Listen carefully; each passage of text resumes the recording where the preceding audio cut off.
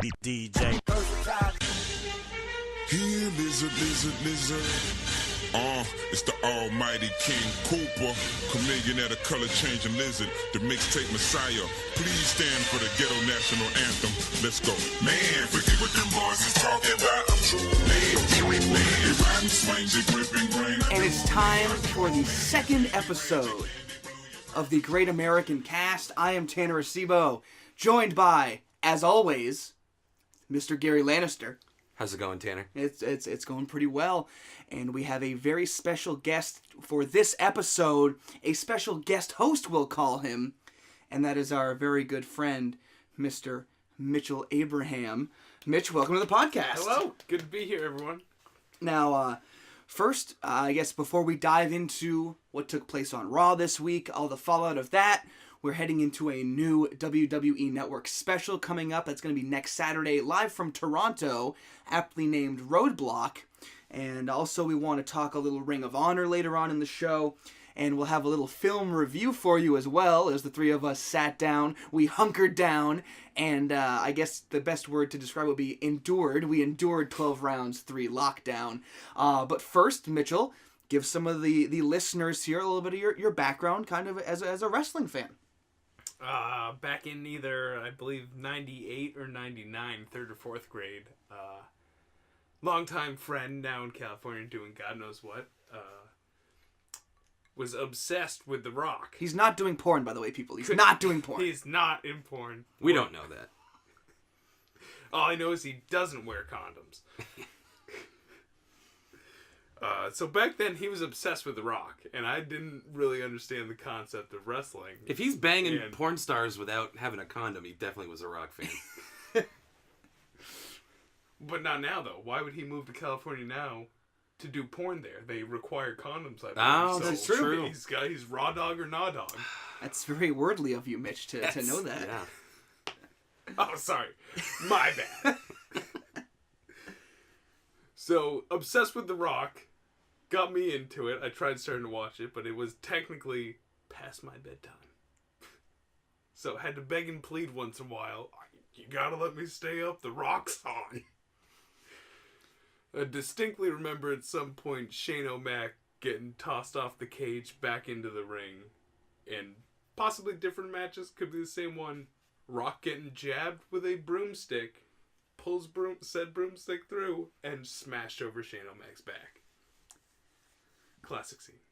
Classic trope there. Classic so, trope. as a wrestling fan, my favorite guy, which surprised me because I'm a titty man from way back, is Mr. Ass. The man was a pure ass man. The purest. So many asses, so little time. How could he get to them all? A little tight one can stop me on a dime. Never mind. So, you're a fan of The Rock, obviously. You're a fan of Mr. Ass. Mr. Ass, who gives the right to censor. Ah, yes. Distraught when that loss happened, then therefore changing him from Mr. Ass to Billy Gunn. Not okay with that. Always been against it. I think he needs to rebrand back to Mr. Ass. He's not going to be doing much of anything he got released. Not after all those fabulous pharmaceuticals he was taking. Yes. Bovine hormones. Yeah, happy trails, Billy Gunn. Hope to see you back sometime, man. Because guy was training down at NXT, and that's a big loss for them. Well liked by everybody, as far as you hear. When he came back with those matches with the Road Dogg recently, the past year, you always think, just like when Roger Clemens came back to the was it the Astros? Mm-hmm. This guy looks pretty built. And what's he been doing? Thick. Like thick and muscular. Sturdy. Yeah, sturdy, definitely. So, questions were there to begin with. Yes. So, saw that coming, kind of. Didn't want to see it coming. And so you're talking, as you're a childhood wrestling fan, and now obviously you partake in a lot of the product. Who are some of your top guys in the promotion right now? Okay. It was after not watching for years and years and eventually getting back into it, it was gonna have good old well, fuck me. Oh, this is terrible. We can't help you out with this one. Adam Rose. Okay. Very forgettable. Very forgettable. The radical mongoose. Mitch is living the gimmick. Who am I? The Exotic Express drove off into the Grand Canyon to explode. No one knows where he went.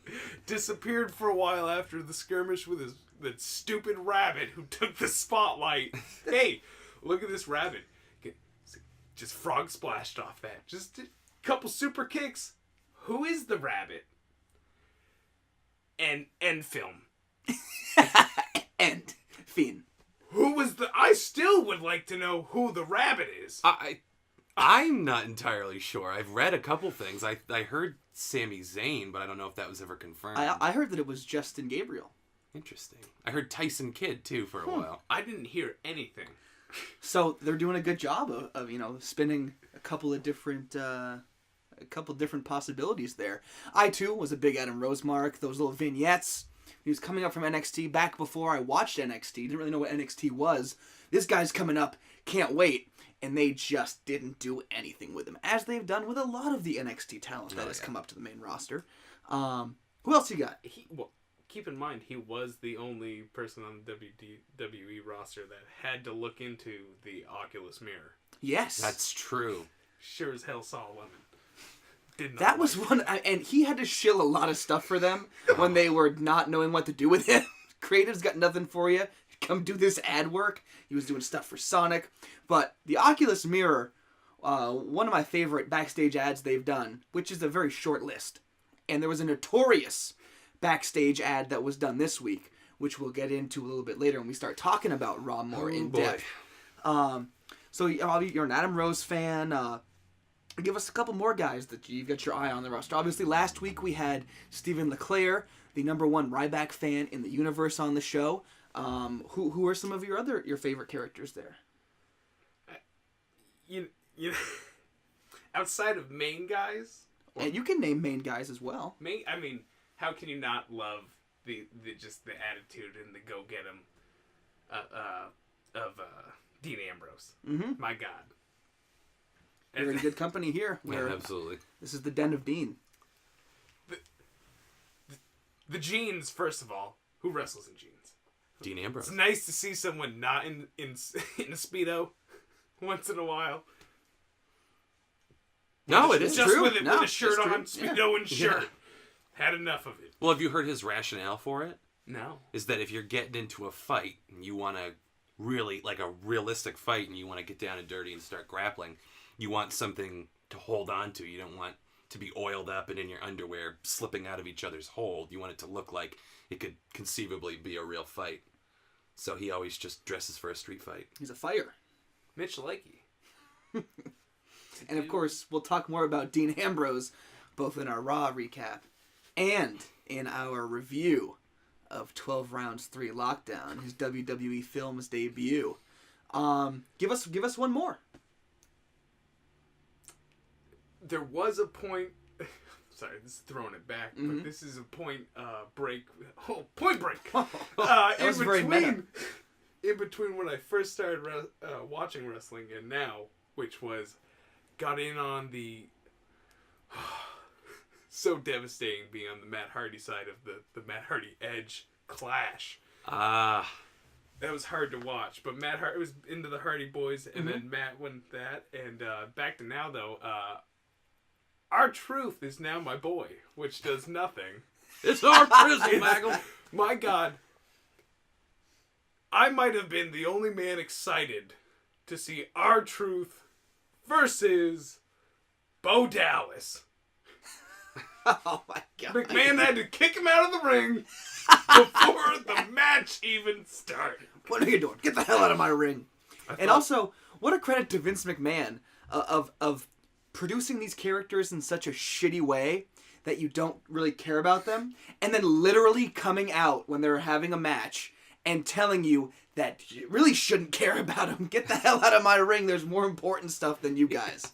Like, what? Where do they go from You are not a valued employee. It's just ridiculous as we've got an alarm going off in the background. Mitch with the quick save there. Have we raised our DEFCON level? It's orange. Shout out to the Uncharted Zone. Got a new Mark Gormley video We're in for you. orange. It's not yellow anymore. I'm sorry, what? DEFCON numbers have gone to colors now. Yeah. Oh, okay. Thank I you, was Mitch. quoting the Yeah. illustrious Phil Thomas Cat. Yeah. Orange is 3. Oh, Okay. shit. Okay. Let's move out of Homeland Security Yeah. and back into the world of pro wrestling. Something that actually matters. Yes, pro wrestling. Well, I mean, I don't give a shit about Homeland Security. So, before we get into our talk about Raw and the fallout of Raw, if you're listening to this, you're listening to it somewhere. It might be on our YouTube page, Great USA Cast. Also, go on to Facebook, like us there, facebook.com/Great USA Cast. If you're starting to notice a running theme here, you're right on the same board. On Twitter, we're at Great USA Cast. And we're on SoundCloud as well, soundcloud.com/The Great American Cast. So, a plethora of mediums for you to find us out there. And of course, we'll get Mitchell's social media plugs later on in the show. First off, Raw this week. Obviously coming off a huge show last week with the return of Shane O'Mac. The Undertaker advertised for this week's Raw, so there was definitely some intrigue there. And I would like to start right out with the Undertaker segment because that was one of the major hooks for the show. They announced it a couple days in advance. Undertaker is set for Raw. That's your hook to bring your fans in. And Undertaker's on screen for a total of, 4 to 5 minutes? Yeah, way to take us all the way and not finish us off, you know? And I understand the argument that the Undertaker, you don't want to get everything early. There's still a lot of time to fill between now and WrestleMania, but it almost felt like a waste of an appearance from the Undertaker. As I've heard from a fan outside, Undertaker on screen, as you just said, maybe 5 minutes. Let me walk down to the ring for 3. Yes, yeah, the That's entrance true. took Is a he very getting long time. paid just for entrance or per words? Because I noticed that as well. They were really pouring the fog out, and they had the camera guy, one of their camera guys right there in front of the entrance, and I was thinking to myself, Taker's going to walk right into this guy, because they were all black, and this guy's in the fog, and I'm just waiting for Taker to show up, waiting for him to show up. He doesn't show up, and eventually they cut away from that camera. That guy gets out of there, and then finally Taker shows up. So I don't know if Taker was waiting for that guy to get out of the way, or, Vince wasn't back in Gorilla giving direction, because Vince was out in the ring. Right, So yeah. Vince wasn't there holding him, saying, wait. So, I mean, the gist of this segment is that Shane's blood is going to be on Vince's hands, not Undertaker's. Undertaker was a mercenary in this situation. We did not get a whole lot of explanation. Literally, that's what we got, was that your son's blood is on your hands, not mine. And then Vince delivers one of the weirdest lines that I've heard since I started watching wrestling again a couple of years ago, about how Shane will not be his son anymore after this match. He will be a son of a bitch. So Okay, you well- just insulted your wife. yeah, that and it won't be his son anymore. Will he be dead? Because That's Undertaker, true. his blood, Undertaker's coming out sound like, I'm gonna kill your boy, and you done it to yourself. I like that. I didn't think of it like that way. Yeah. But in terms of how Vince McMahon used to deliver promos and the sneer and the snarl and the self-righteousness almost that he used to, the heel Vince McMahon coming out and cutting these promos, there was no snarl. There was nothing to this line. He'll be a son of a bitch. It's just, dude. I wish we had a soundboard or something, because there's a hot take coming, but Vince McMahon has go-away heat with me now. Really? I cannot fucking stand him anymore. And it has nothing to do with any of the backstage stuff. People are always like, whoa, he fucking killed the business, whatever. Has nothing to do with that. I just can't.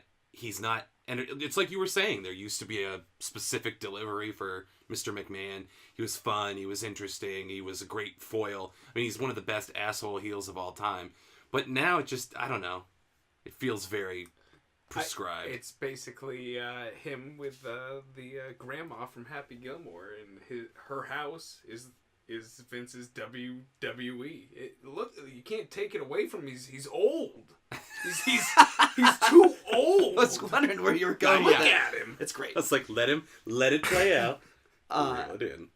But I agree with you to a point that, and a lot of people have been saying this, that it's just another McMahon power struggle angle that's centered around a big show. And personally, I'm okay with that being the case, because Shane McMahon has huge drawing power because he's been away for so long. Oh, yeah. But when Vince was doing his heel Vince stuff, trying to put Roman Reigns over in December, Vince was great in that role. I think he was fantastic in that. He ate that Superman punch. Like, that was Attitude Era Vince McMahon, the over-the-top flamboyant heel. And now, I don't even know what to characterize him as. Well, the focus has gone off of the struggle with Roman Reigns. And it's, again, like you said, when he was actively working against another on-screen character like Austin, like Roman Reigns, it worked really, really well. He had someone to play off of, but now it's his son and Undertaker's involved. It really doesn't have any bite. It doesn't feel interesting. And I get your point about Shane's going to move tickets. Everybody loves him. Yes. I mean, you hear that pop, he was way over.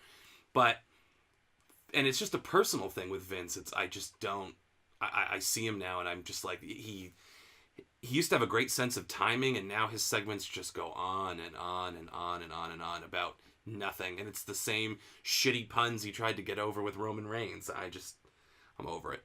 Also, there was a moment where Taker grabbed Vince by the throat in this segment. Really didn't understand why he did that, because Taker's the mercenary. He's doing Vince's bidding for him, and yet he's still... Was he saying, I could come after you if I wanted to? I don't know what the... I think the way I watched it was Taker grabs the throat like, you're now in danger. You're putting your son into my line of danger. Okay. He's going to bleed. I'm going to hurt him. Blood's on your hands. This is your fault. Like, do you see what kind of danger you put him into? I'm now simply holding you by the throat. Mm-hmm. And also, going back to the whole Reigns Superman punch thing and Undertaker choking Vince McMahon, dude's old. Yeah. And people continue to do physical things to He's this guy. pushing 70. Yeah. Yeah, if he's not already 70, he's close. I mean, he's jacked, obviously, but he's an old man.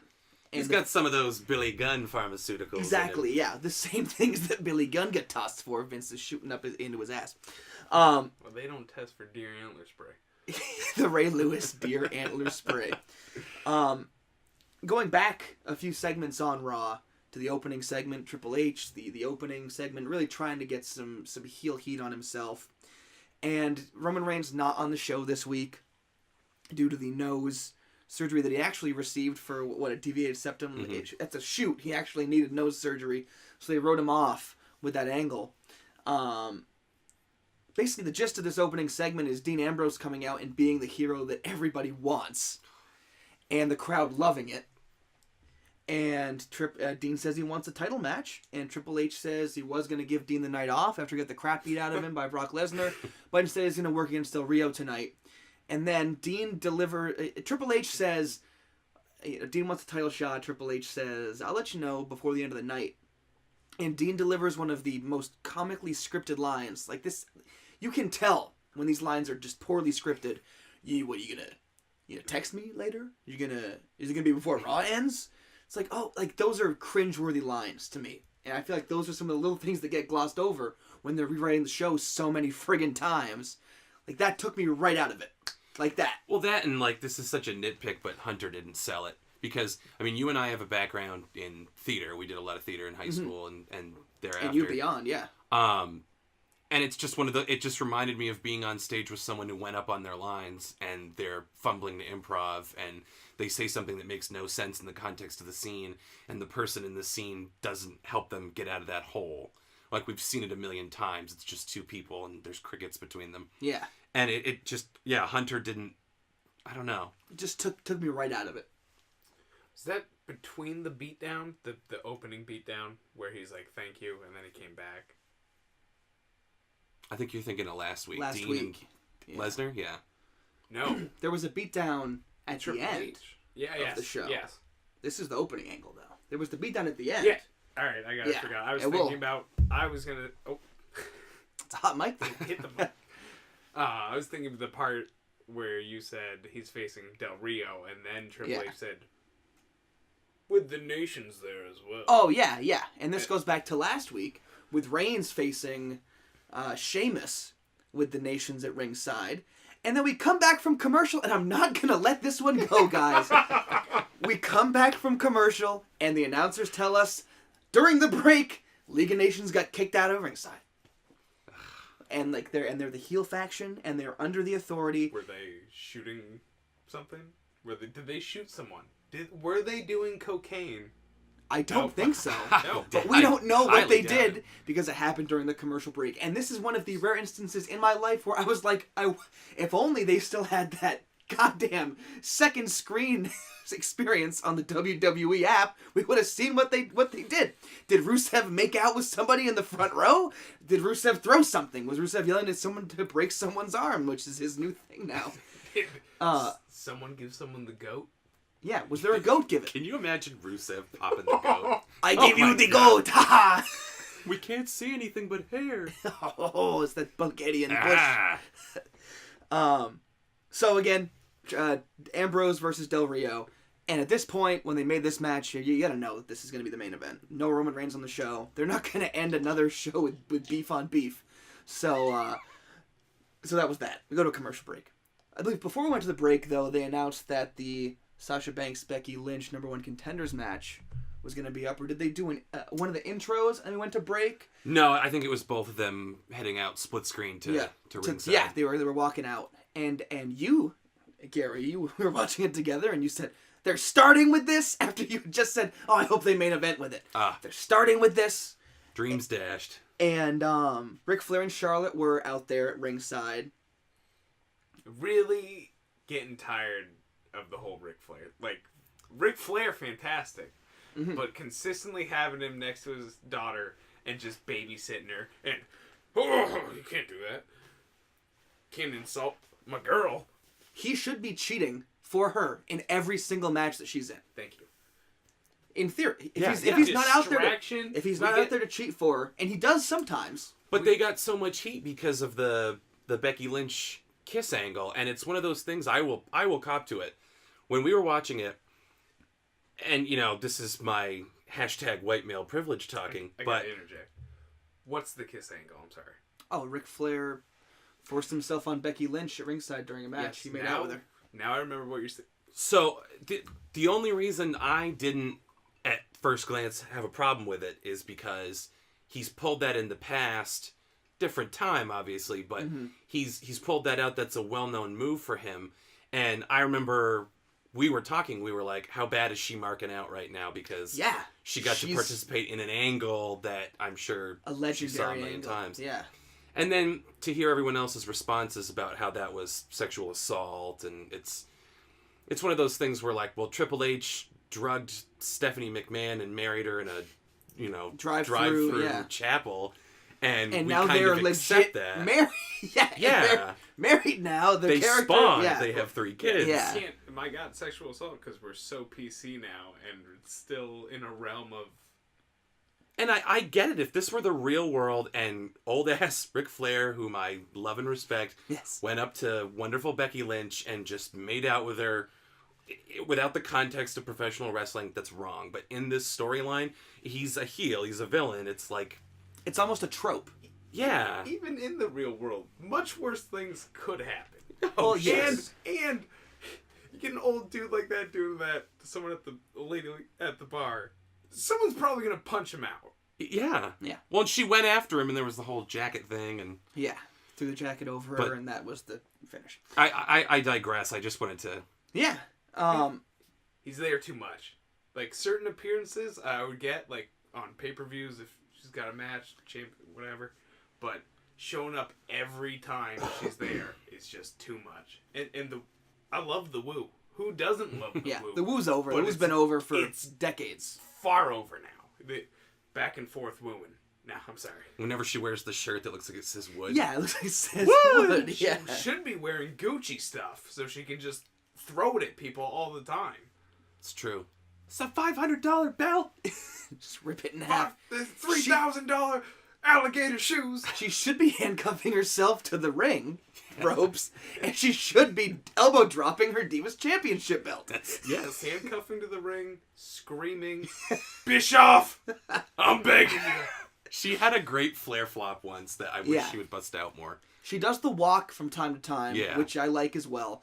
There are little nuances that really do work, and there are some that don't work, and they're not weeding out the ones that don't work. They're just going all flair all the time. When they could really make her a nuanced character that still does certain things that her dad did, but also has some things that she does herself. Like some sort of new corner bump, like the legendary Ric Flair corner bump. Yeah. Or a new, the top rope bump, where every time she goes to the top rope, you know she's coming down. But it's a different bump that she takes. Little, I mean, again, it's kind of nitpicky. No, and I wonder, too, if there's not some element of maybe she's holding back just a little bit because it's her dad. Because I know you think, like, oh, it's her dad and should be comfortable with him. But, like, speaking as someone who's performed on stage with his father, it's not as comfortable as you would necessarily believe. So maybe she'll come into her own as a heel more post-Mania, which I believe they've talked about as being where they're going to start phasing your boy Ric Flair out. So Becky Lynch and Sasha have all that you can say is a women's wrestling match on Raw. It certainly wasn't the level of any of their NXT main events that they had, or any tag matches that they've even been in NXT. It went back and forth. Your finish is a good, draw finish. They trade headbutts at the top of the rope. Sasha, it's the sunset flip powerbomb and then collapses on top of Becky. Both their shoulders are down, and the match is a draw.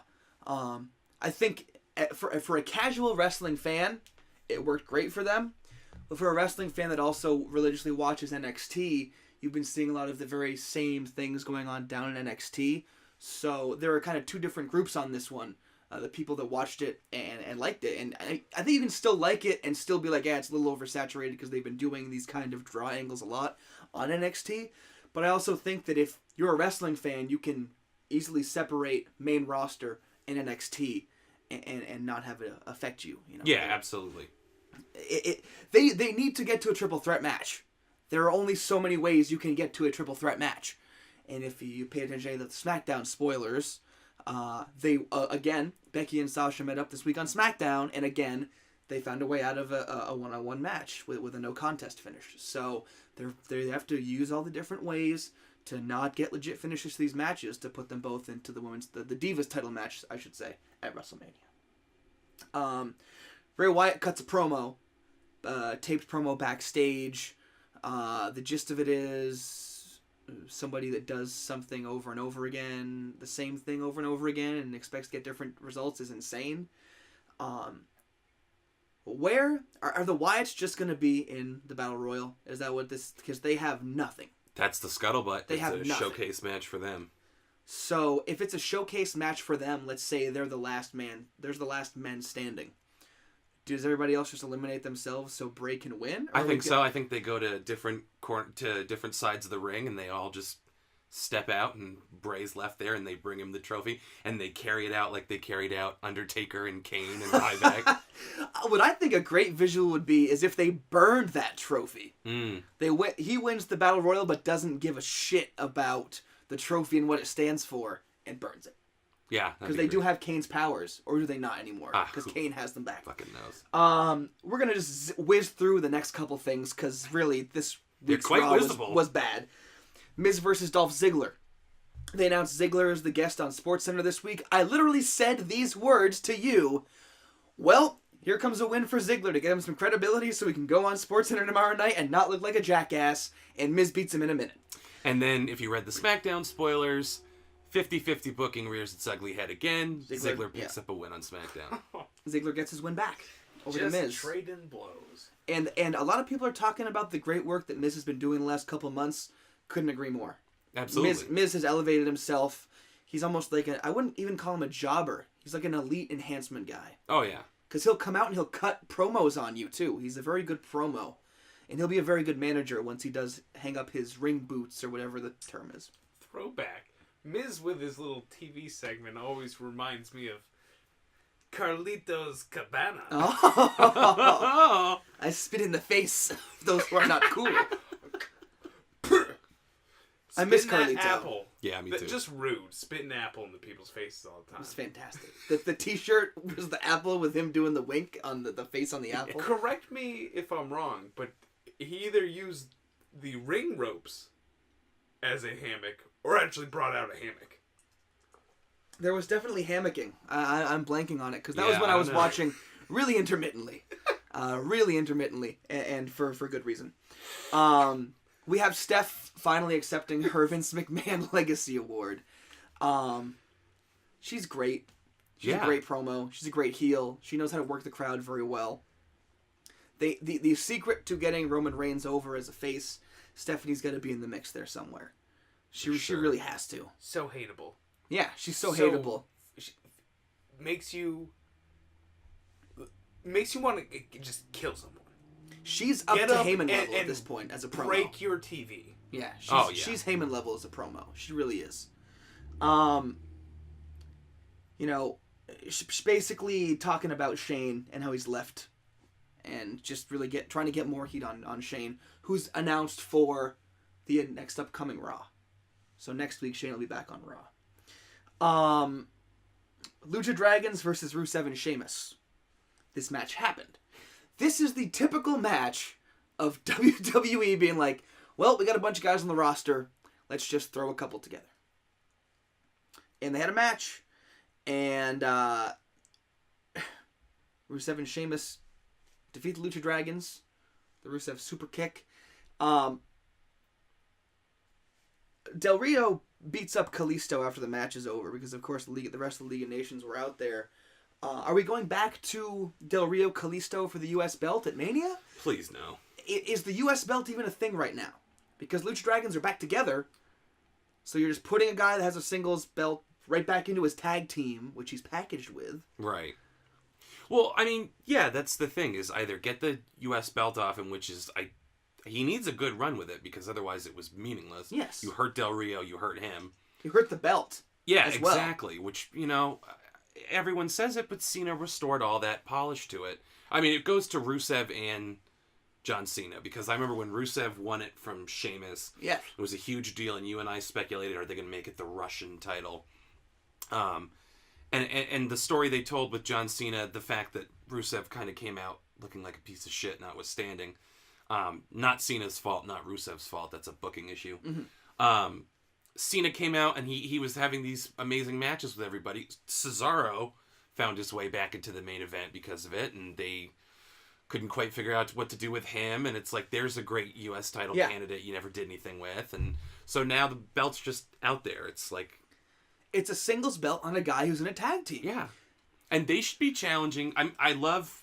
We'll talk about it soon, Y2AJ. Yeah. But, I mean, the Lucha Dragons should have been challenging for the tag titles eons ago.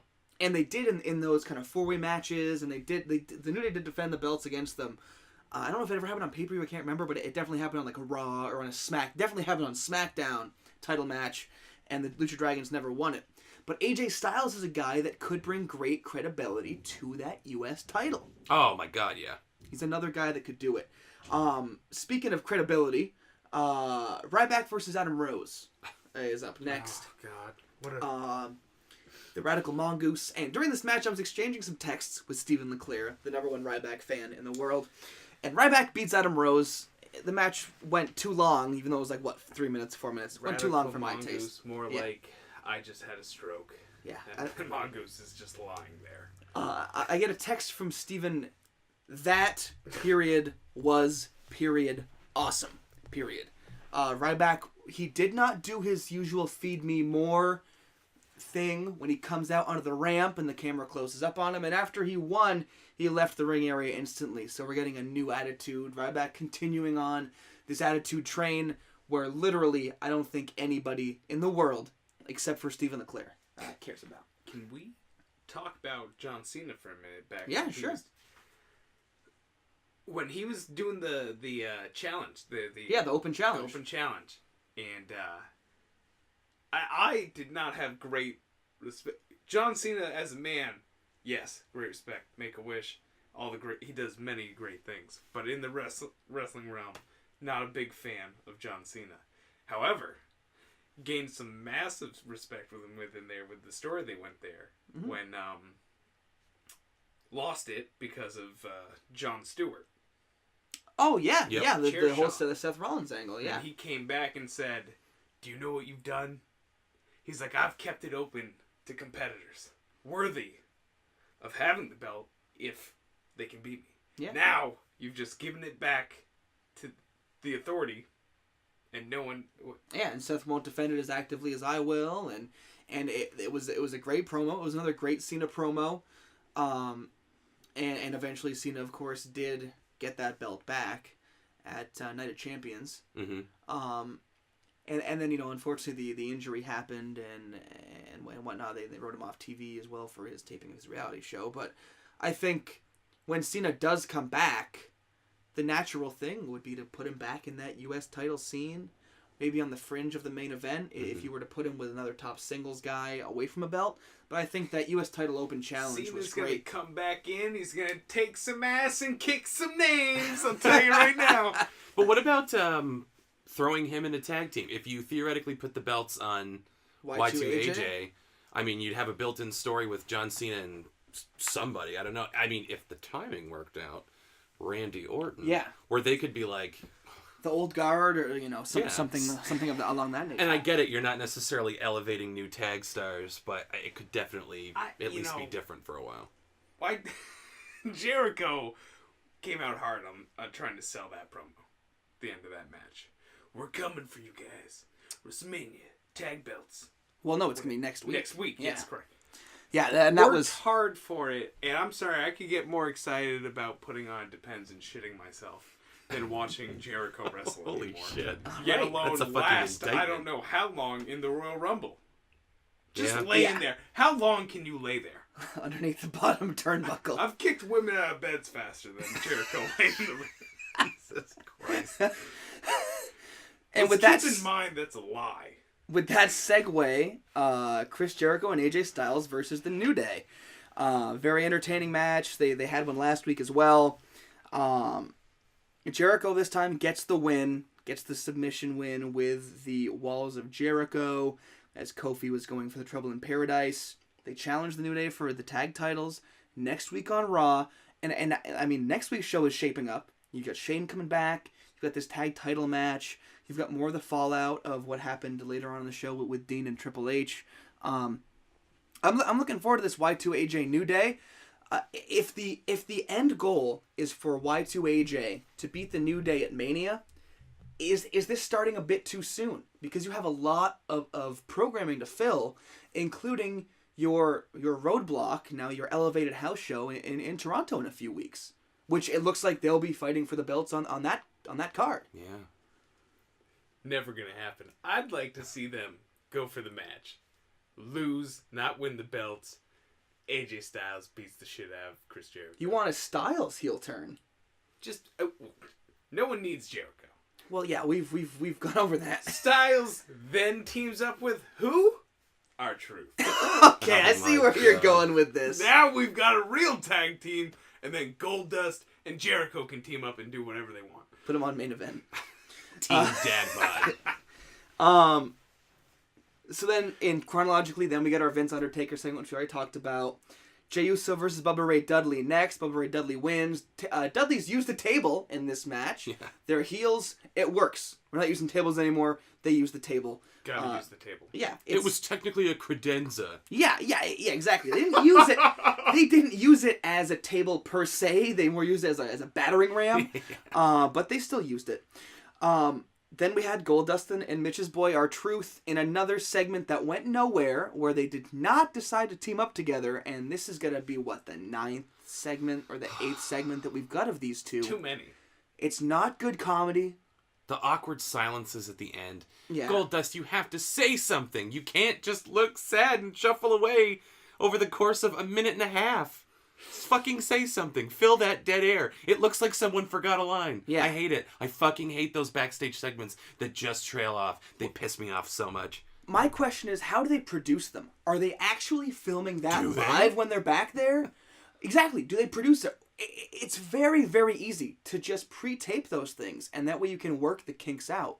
If they're running it live, and I might sound like a total noob here, but if they're running it live backstage, they gotta tweak some things. Yeah, tighten up. Yeah, Even if it is live, rehearse it. there's a delay. Rehearse it. Well, I mean, in the arena as well. If they're doing it live in the arena, it's still the same viewing at home or viewing in the arena. You're still seeing it live at home, live in quotations. Kevin Owens, Big Show next. More 50-50 booking involving countouts with these guys. This time, Big Show beats Kevin Owens by countout. Kind of a rehash of what they did on SmackDown. Fine with it. It's whatever. It's really, take it or leave it. We get Brie Bella and Lana exchanging words backstage in a backstage interview segment. Were they exchanging words, or were they just making sounds at each other? Yeah. Also, another thing about this show is they were really, really hammering on Oscar jokes. Oh, Jesus. I don't know why this company feels like they need to just hammer us over the head with, like, we're relevant in pop culture. We understand what's going on around us. It's like, I don't watch pro wrestling to hear shitty Oscar jokes. I don't want you to be relevant with the Oscars.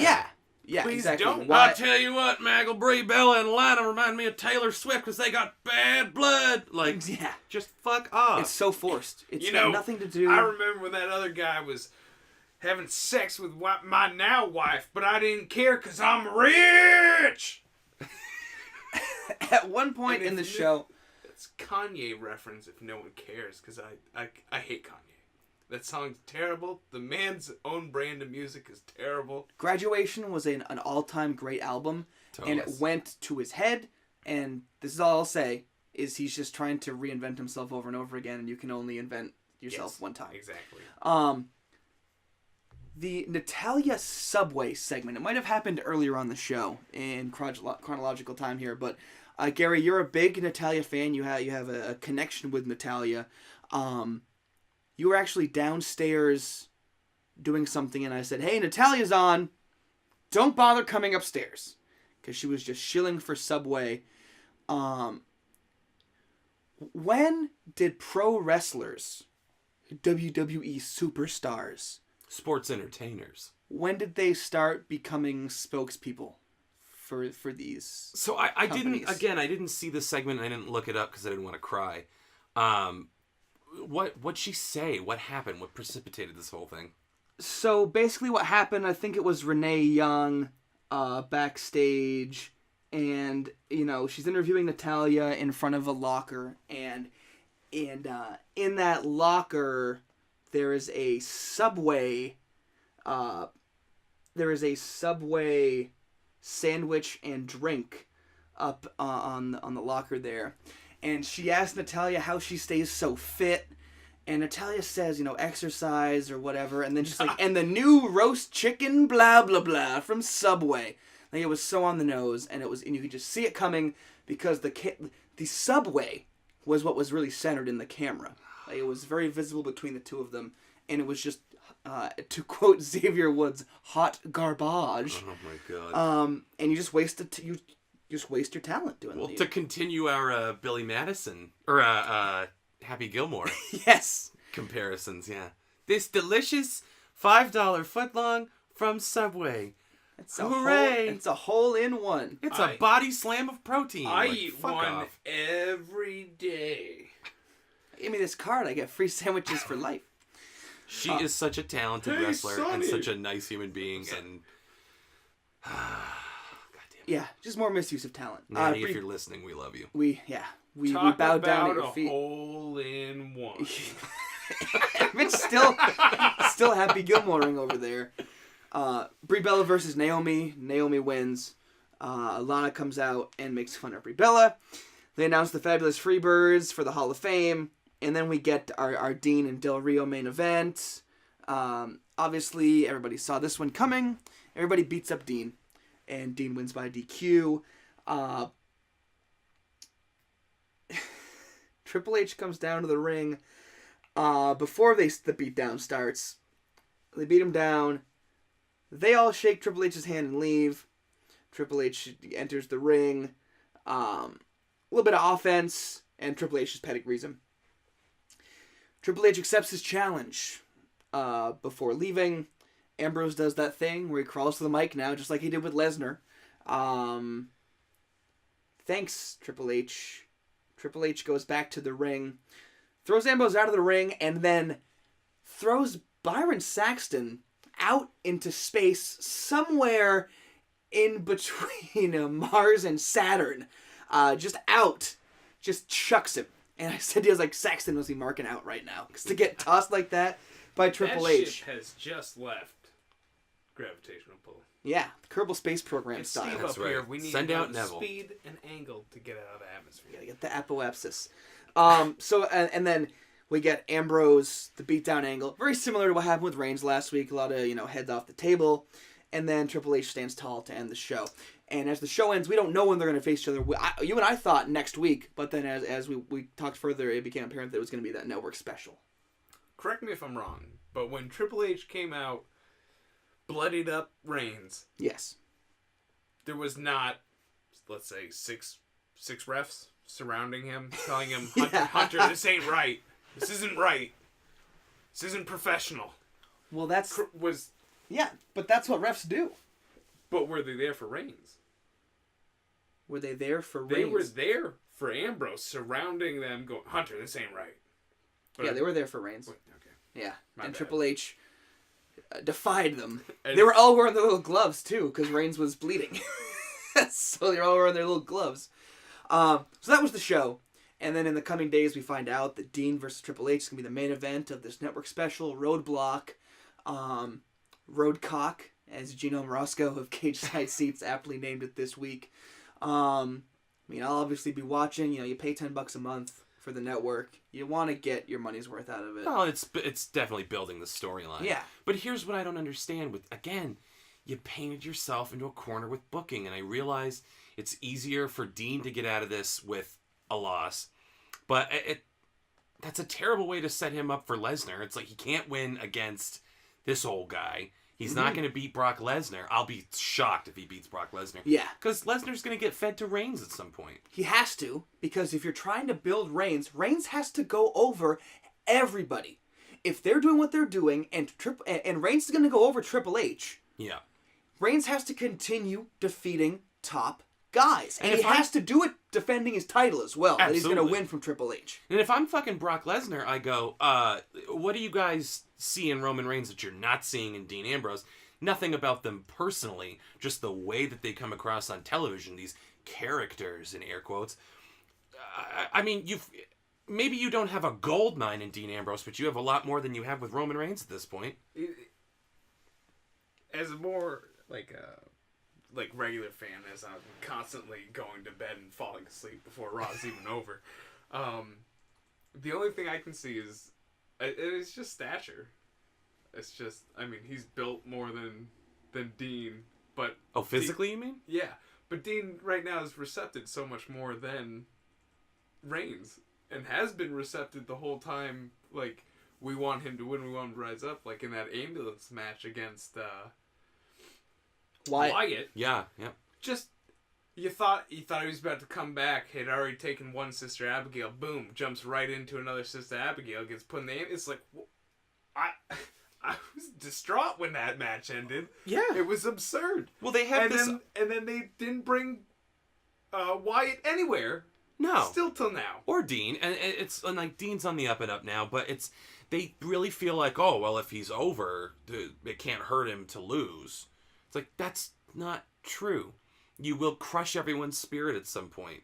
People wanted to see Dean and Triple H at WrestleMania. Dean and Brock Lesnar is going to be an amazing match. I feel like Triple H and Roman Reigns will be a great match. But you're giving people what they wanted. You're giving it to them. It's the Diet Pepsi of what they asked for. And their guy's going to take another beating on the way to taking the beating of a lifetime. And where do you go from there? Who knows? I feel like Vince is constantly trying to make a Superman, right? Oh, yeah. Yeah. He's got all his people he wants up there. But then he gives everyone a giant block of kryptonite. It's like, here, bring this into the ring with you. No problem. This guy, he's supposed to be super strong. No problem. But you just be like Randy Orton versus Oh, Kofi Kingston. Kofi Kingston, random a couple night years watching. ago. Yeah. When Orton was the champ. Said, So it's going into know. Mania season before Daniel Bryan took the straps off him. I think Kingston's got this one. No way. Sure enough, pulls off some bullshit win. Yeah, roll Orton up. should not have lost. It was a green light win for Orton, and nope. And it did nothing for anybody. Kofi didn't benefit from that roll-up win. No. It didn't do anything. Now, I'm just trying to look here. Roman Reigns, aside from house shows and gimmick matches, tables matches I'm seeing a lot of when they were on tour facing off against Roman Reigns and Seth Rollins. Did Reigns ever beat Seth Rollins clean? I don't think it ever happened. And I'm looking and I don't remember any. No, because they weren't in each other's orbit for a long time. They were supposed to When have a they match, did. and then Reigns got a hernia. Yes. Last year. Yeah. Yeah. I almost want to say not. Oh, God, I don't remember. I'm a terrible time. Anyway, so you're telling me this guy Reigns could never beat Rollins, and now he's gonna beat Triple H clean. That's something I've been mulling over the last couple of days. So your ultimate goal here is to build Triple H as the big bad guy. And what are they doing? They're just saying, well, everybody likes Dean. Let's just have Triple H murder Dean at Roadblock, and that way we'll transfer the heat to Triple H. It's not going to happen because people might boo Triple H beating Dean Ambrose, but they sure as hell don't want Roman Reigns to win the WWE belt. Well, they're booing the idea of Dean Ambrose losing. Yes, It's not because it's not Triple H beat him. Insert X. Insert any wrestler that's beating Dean Ambrose. They will get booed. It's not about Triple H. Exactly. The mentality is just more of this bullshit. And it's the force stuff again. They're just forcing this on us. They will continue to just force feed us this shit. Are they going to do what they had to do a year ago now? They're going to get to the point where they realize the heat's not enough on Rollins, Triple H, and they're going to have Reigns Triple H. Reigns, Triple H. And they're going to have some crazy thing happen, but you Money can't. in the Bank there's is no gone. Money in the Bank this time. Yes. You can't have They that already did it. surprise. They already did it with Reigns. How are you going to change it without a DQ or some nonsense? Everybody says it, but it's literally the most sensible option right now. Turn Reigns heel. Everyone says it. I get it. But in this case, it is the fucking cure for what ails him. But if you turn Reigns heel, it's going to be a heel versus heel match. Well, I'm not necessarily saying, like in the lead up to this match with Triple H. Okay. It's also the kind of thing where, I mean, depending on how you want to go with it, depending on how this power struggle thing turns out, could be the kind of thing where Roman turns at the end of the match. You could have a double turn. He turns the next night on Raw. Any number of things, but it's just something has to happen because he's gonna get booed out of the fucking stadium. And how you turning Reigns heel in part would skyrocket Ambrose even further because now both of his Shield brothers have turned their back on him. Yeah. So he really is the lone wolf, even though I know that's already Baron Corbin's gimmick, but he's the lone wolf out there. He's the last member of the Shield that stands for anything.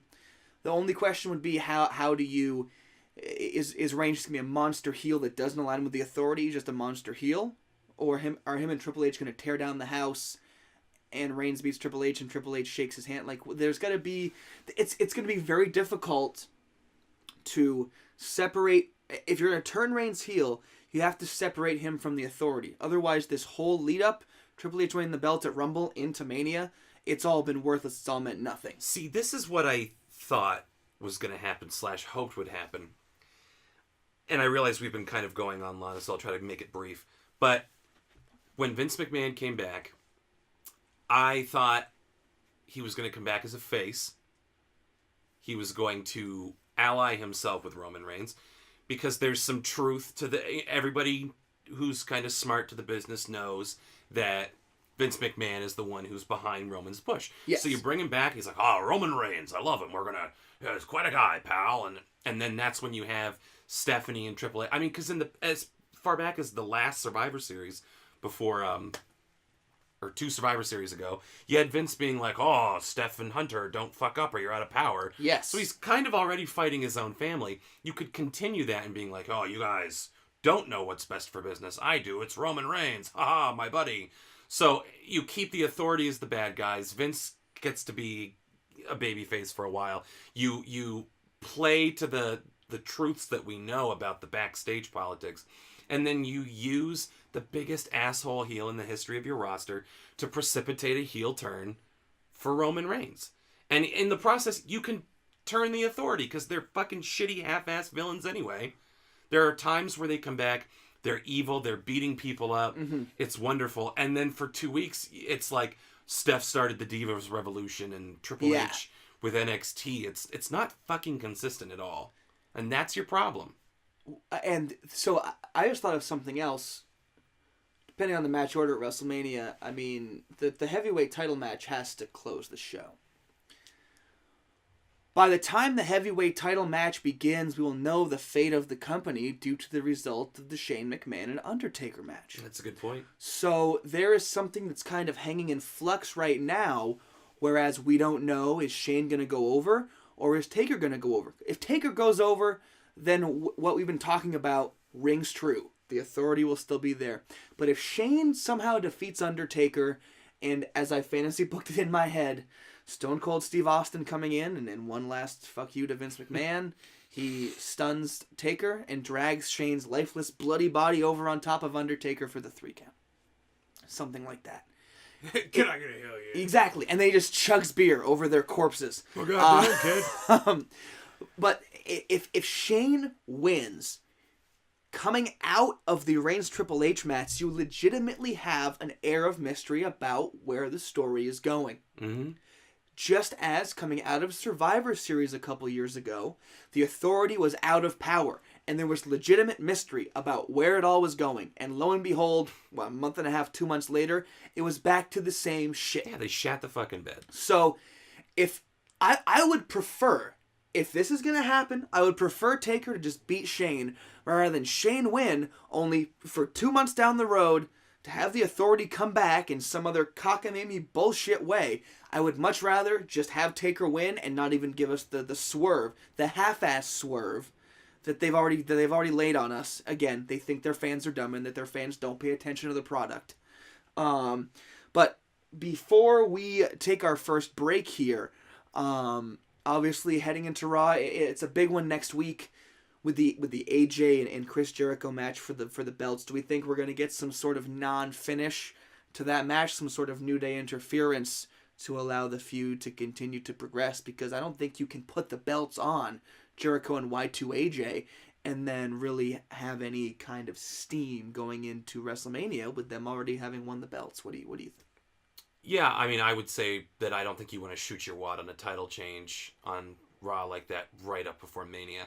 For any other pay-per-view, I would say, well, you've got a opportunity here to make the switch and can keep that feud going, a la Kevin Owens and Dean Ambrose, the Intercontinental title.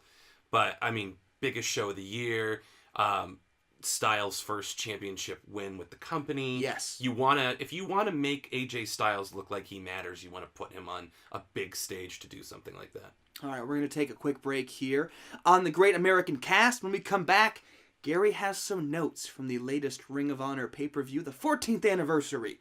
That came out of Las Vegas. That was last Friday, so we're taking a quick break, and we're back to talk some Ring of Honor. That's coming up next on the Great American Cast.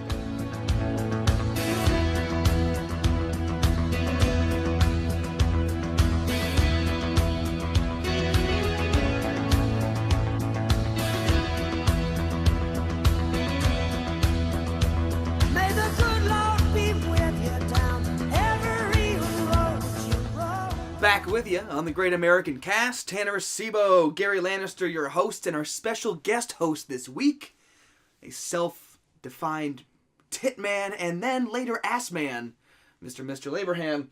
I love that song, keep in mind. Rod Stewart and I go way back. All right. Yes. Rod the Bod. So, obviously, we talked about WWE and what they've got going on. Just barely. Last week we touched on some NXT, and again, there are a lot of promotions out there, and if you're a wrestling fan, don't just confine yourself to WWE. There's a lot of stuff to take in out there, and one of those great promotions out there that exists is Ring of Honor, a great legacy. So many great top stars have come up from Ring of Honor and joined the ranks of WWE as well as TNA and other companies. But Gary, you have some impressions from Ring of Honor's 14th anniversary show that aired last Friday out of Las Vegas. What do you got for us? Yeah, so my first impression is we've, you and I, actually all three of us now that I think about it, watched the Summer of Punk, Joe and Punk, back in the day, back when production value was a huge issue for Ring of Honor. I mean, it was in bingo halls, poorly lit, recorded on a cell phone kind Very of thing. small crowds as well. When we first watched that, match, the Punk and Joe one, I was just like, what is this? Yeah, it was kind of a janky little organization. But they've obviously made some strides. This is the best their production has ever looked. I've sort of followed. I'm not as devoted a Ring of Honor watcher. It's hard because of it's not on USA or El Rey or something like that. It's Sinclair Broadcasting, and I just don't know how to go about finding it. I didn't get Destination America when they were on it. Broadcasting. Exactly. Yeah, we're folks that don't know, we're all located in the Northeast here. This podcast emanates out of New England, so not a whole lot of Sinclair Broadcasting affiliates up here that we can pick up Ring of Honor.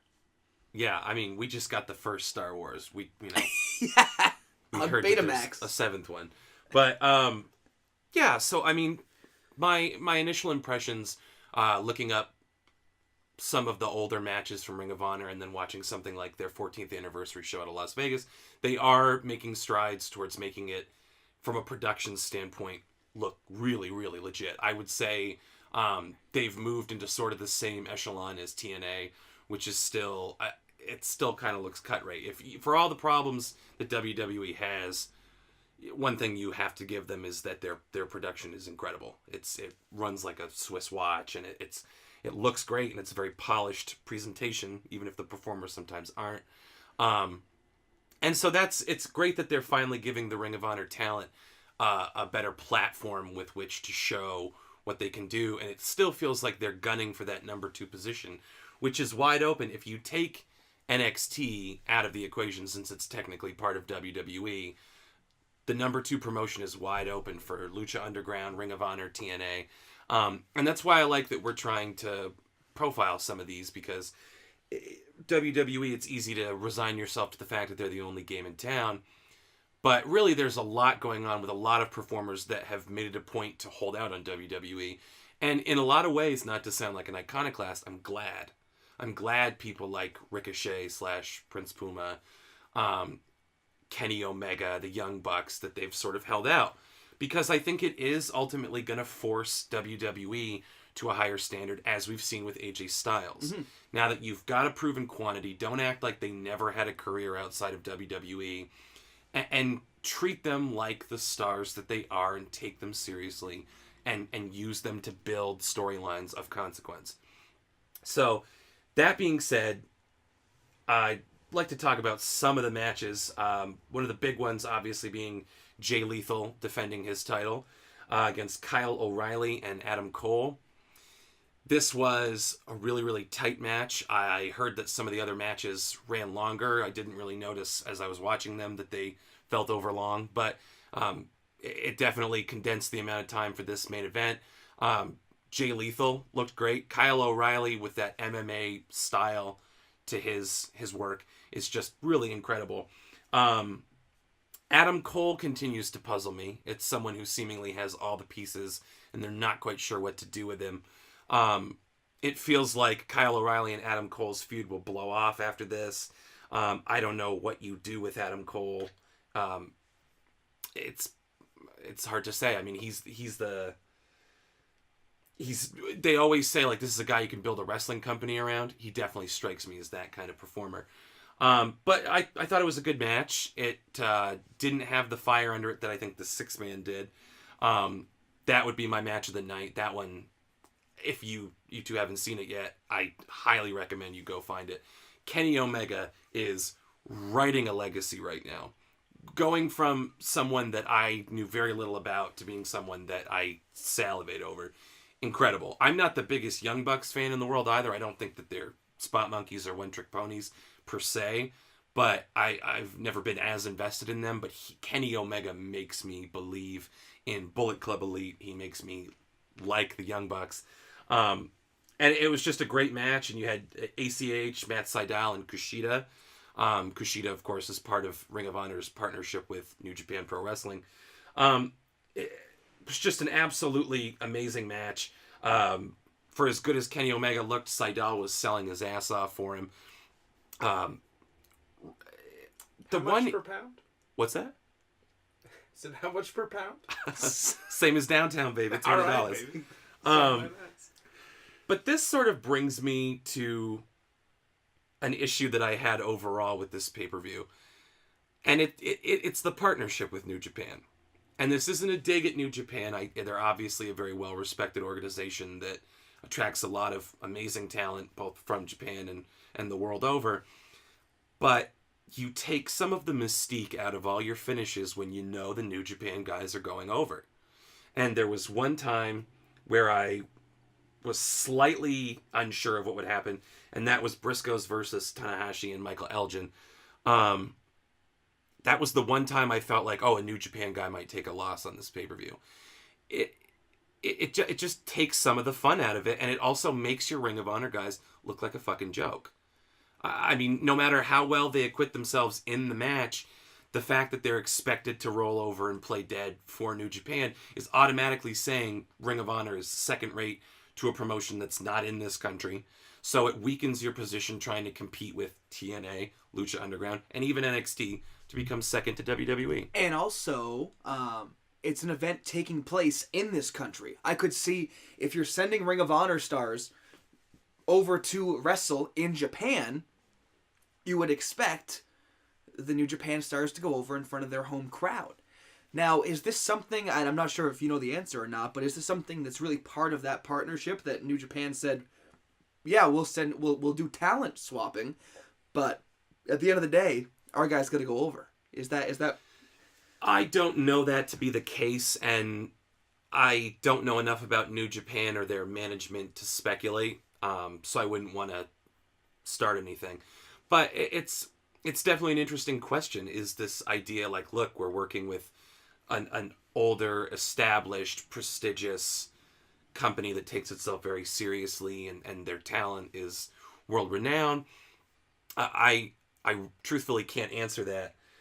But some of the decisions just don't make any sense. If business standpoint, everything's give and take.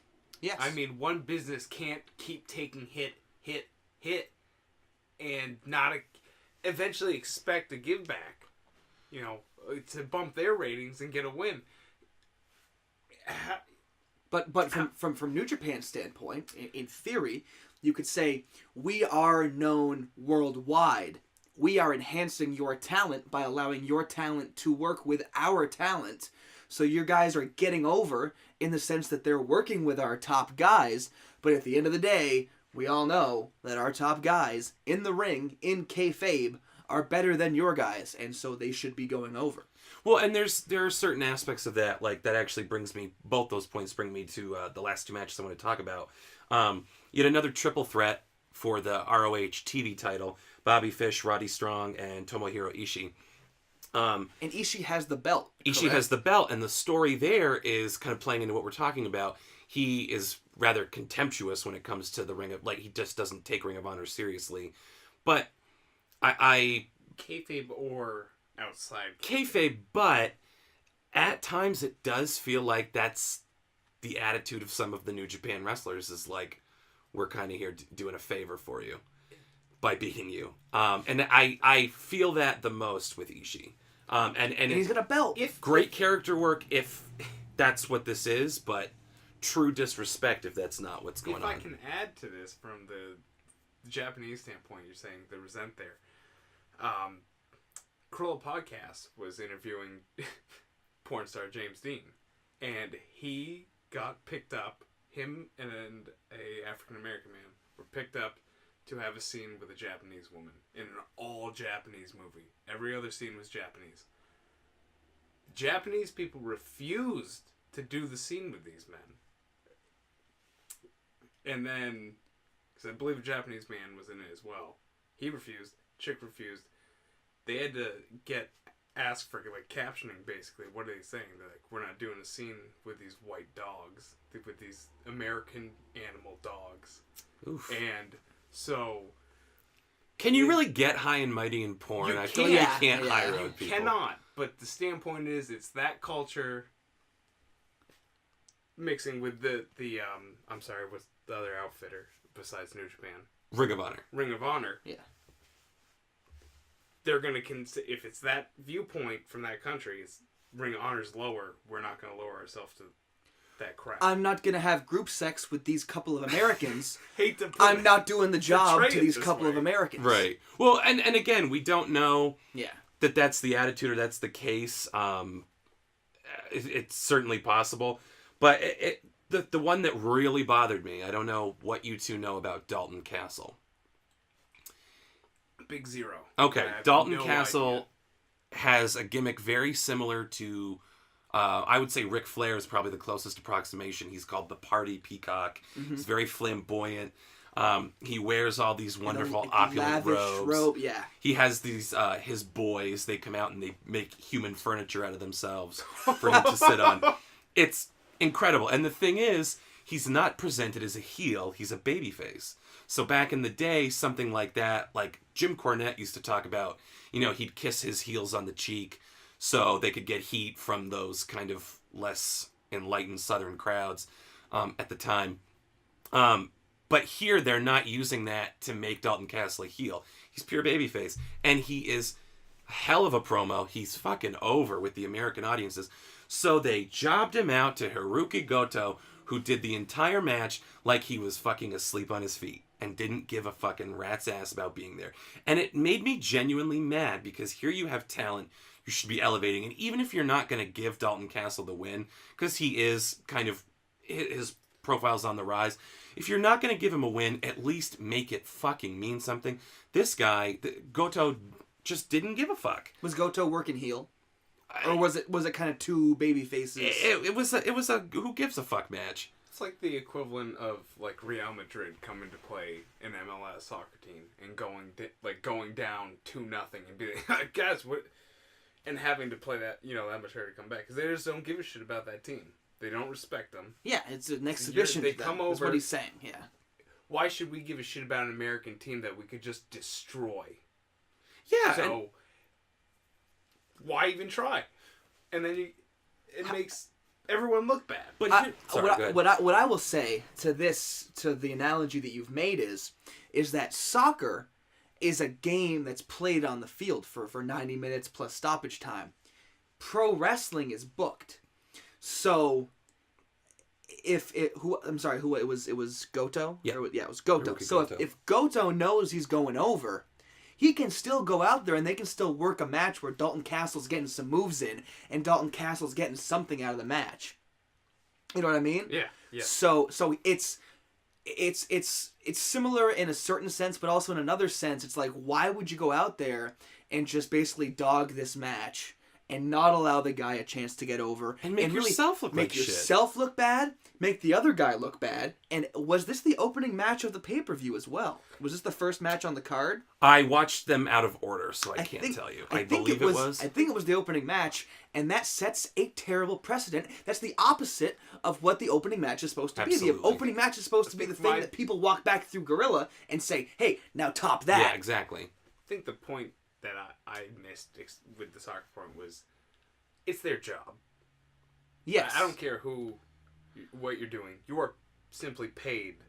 You are paid to do your job. Well, and to that... Therefore, you're not paid to go out there and say, well, I'm already getting the money. I'm just going to job it in. And to that point, yeah. I to kind of circle the wagons here with a couple points, it feels like we've been hammering New Japan for being bratty or not putting ROH guys over. Because here's the thing. Hunter Delirious, the booker for Ring of Honor, has say this is a joint venture. If it's something that's going to make Ring of Honor look shitty, he has the ability to say, doesn't work for us. But in working out an agreement where you're going to make the New Japan people look like an attraction, I can see that mindset. Oh, Andre the Giant's in town. You don't want to see him lose horribly. It goes back to the old days of the territories. Right. So I can see that mentality, but then it is on the winners. It's on the New Japan guys, and I'm really mostly talking to Goto. It is on those performers to make the match count and make it look like something's at stake. If there's not a title on the line, it's prestige, it's any number of things, but make it look like it actually matters. He just went in there like, well, I gotta get through with this, and then I can go jerk off in the hotel. Like, it was offensive to watch as a fan. If I'm Dalton Castle, I go, thanks for nothing, asshole. It made me hate this guy, and not because he's a nasty heel. It just made me be like, you fucking suck at your job. Now, you say you watched them out of the matches out of order. When you watched them, was there lead-in to these matches? Were there any kind of video packages, or were there anything? Or when you watched them, was it just? I purely watched the matches because that was all I was able to find. What I find interesting is how they would kind of create these. There are certain matches where you don't really need to kind of create conflict, but for a match like that, the opening match there, you'd wonder, why are these two guys even wrestling? Well, yeah. So there's going to be something on the line, like you said, prestige or something. And when you have one guy in the ring clearly phoning it in, it does nothing. It does favors to nobody. Exactly. It does favors to nobody. And if you're a casual fan, and again, if this wasn't the opening match, I apologize, but I really think that it was. I think it was too. If you're a casual fan and you've purchased this pay-per-view and you know nothing about anything going on, and this is the first match that you see, what's going to make you want to come? What's going to make you want to come back? Or what, if you have a bunch of expendable income, I know it was $35 for the pay-per-view, what keeps you from turning it off? Oh, this is what this is going to be? Why do I want to waste the next couple hours of my life watching this? Absolutely. And that's not to say, and you said it as well, we're not sitting here trying to just shit all over New Japan, because there's so much history there, and there's such a great legacy, and they have put on really some of the best wrestling matches over the last couple of years, and the way that they produce wrestling over there has forced WWE to change the way that their in-ring performance is. You look at guys like Daniel Bryan, you look at guys like Adrian Neville, who obviously hasn't been getting a big push in WWE, but he's still there, he's on the main roster, and the perception of pro wrestlers in this country has changed a lot over the last, I'd say, decade. New Japan has had a lot to do with that. Absolutely.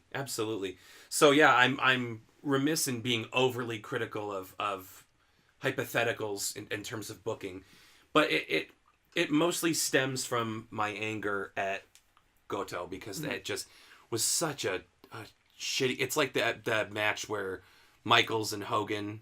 There was SummerSlam. Backstage SummerSlam. Yeah, where Hogan wouldn't do the job to Michaels. I cannot believe you just brought that up. Yeah. Michaels was overselling. Yeah, overselling comically. And Yeah. Hogan's just bleeding all over the place. Because wasn't the thing that Hogan said you'd get the win back at some point? Something like that. And Michaels knew. That was never going to happen. Shawn Michaels isn't an idiot. No. And so he what did he do? pulled that shit on people in the past himself. Yes. Gary, I was going to ask you, the match with the New Japan and the doing it again. Ring of Honor. Ring of Honor, thank you. The lack of caring. I was going to ask, do you compare that to, but now you've brought it up, the Hogan Michaels match? Nice. Of him. You were going to ask that? Yeah, I was. No I shit. can't believe you brought it up. Great minds.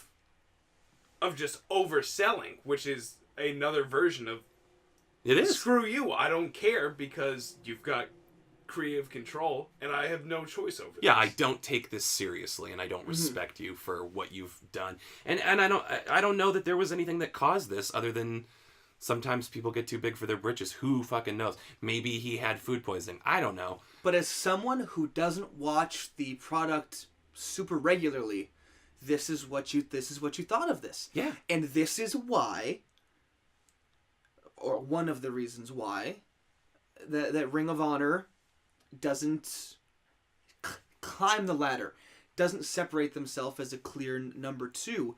And in this case, it's no fault of their own. Right. But it's one of the reasons why. And there's stuff that they do that they can fix. They've had They've been a company for 14 years. Yeah, 14. 14th anniversary. And they've had how many champions?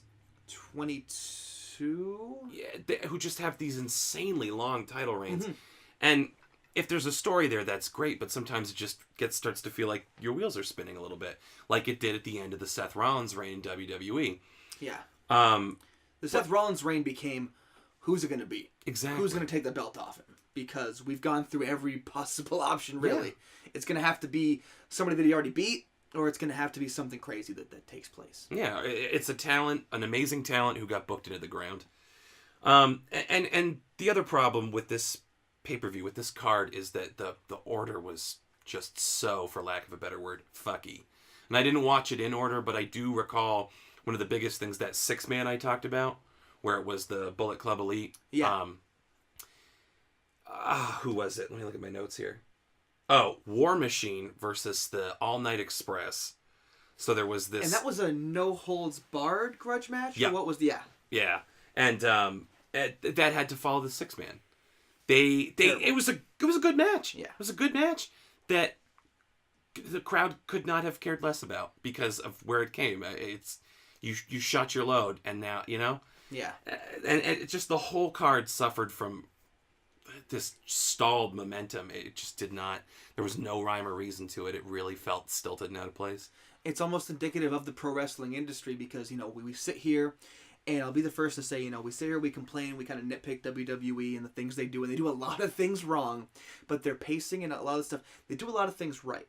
Yeah. And watching and stepping outside the WWE universe, or stepping outside the WWE, you know, kind of grip on wrestling fans, you see other companies, you see the things they do well, but it's almost easier to see the things that they don't do well when you've been accustomed to seeing, again, the high production values, the fact that things are pre-scripted. They know how much time is going to be. You talked about how the main event kind of lost time because other things went long. Personally, and I am in no way, shape, or form a professional wrestler, and I am not trying to throw shade at anybody. But personally, I find that entirely unprofessional, that other things went long. You're supposed to know when your match is supposed to end, and now your biggest match of the night ultimately suffers because it gets less time. So that's one thing, because I remember reading that as well, that the last match was cut for time because other things went long, and I personally find that inexcusable. And that's just a personal thing there. Absolutely. I think the one boon that I agree with the professionalism aspect, but the one thing that was beneficial to that match is that it didn't adhere to a standard triple threat / a 3-man where you have someone on the outside blown up and you've got two people working. Like, they really were able to incorporate it all 3 men at a time more. But again, that was because their hand was forced because of logistics, and it's just have the foresight to book a match like that with the allotted time.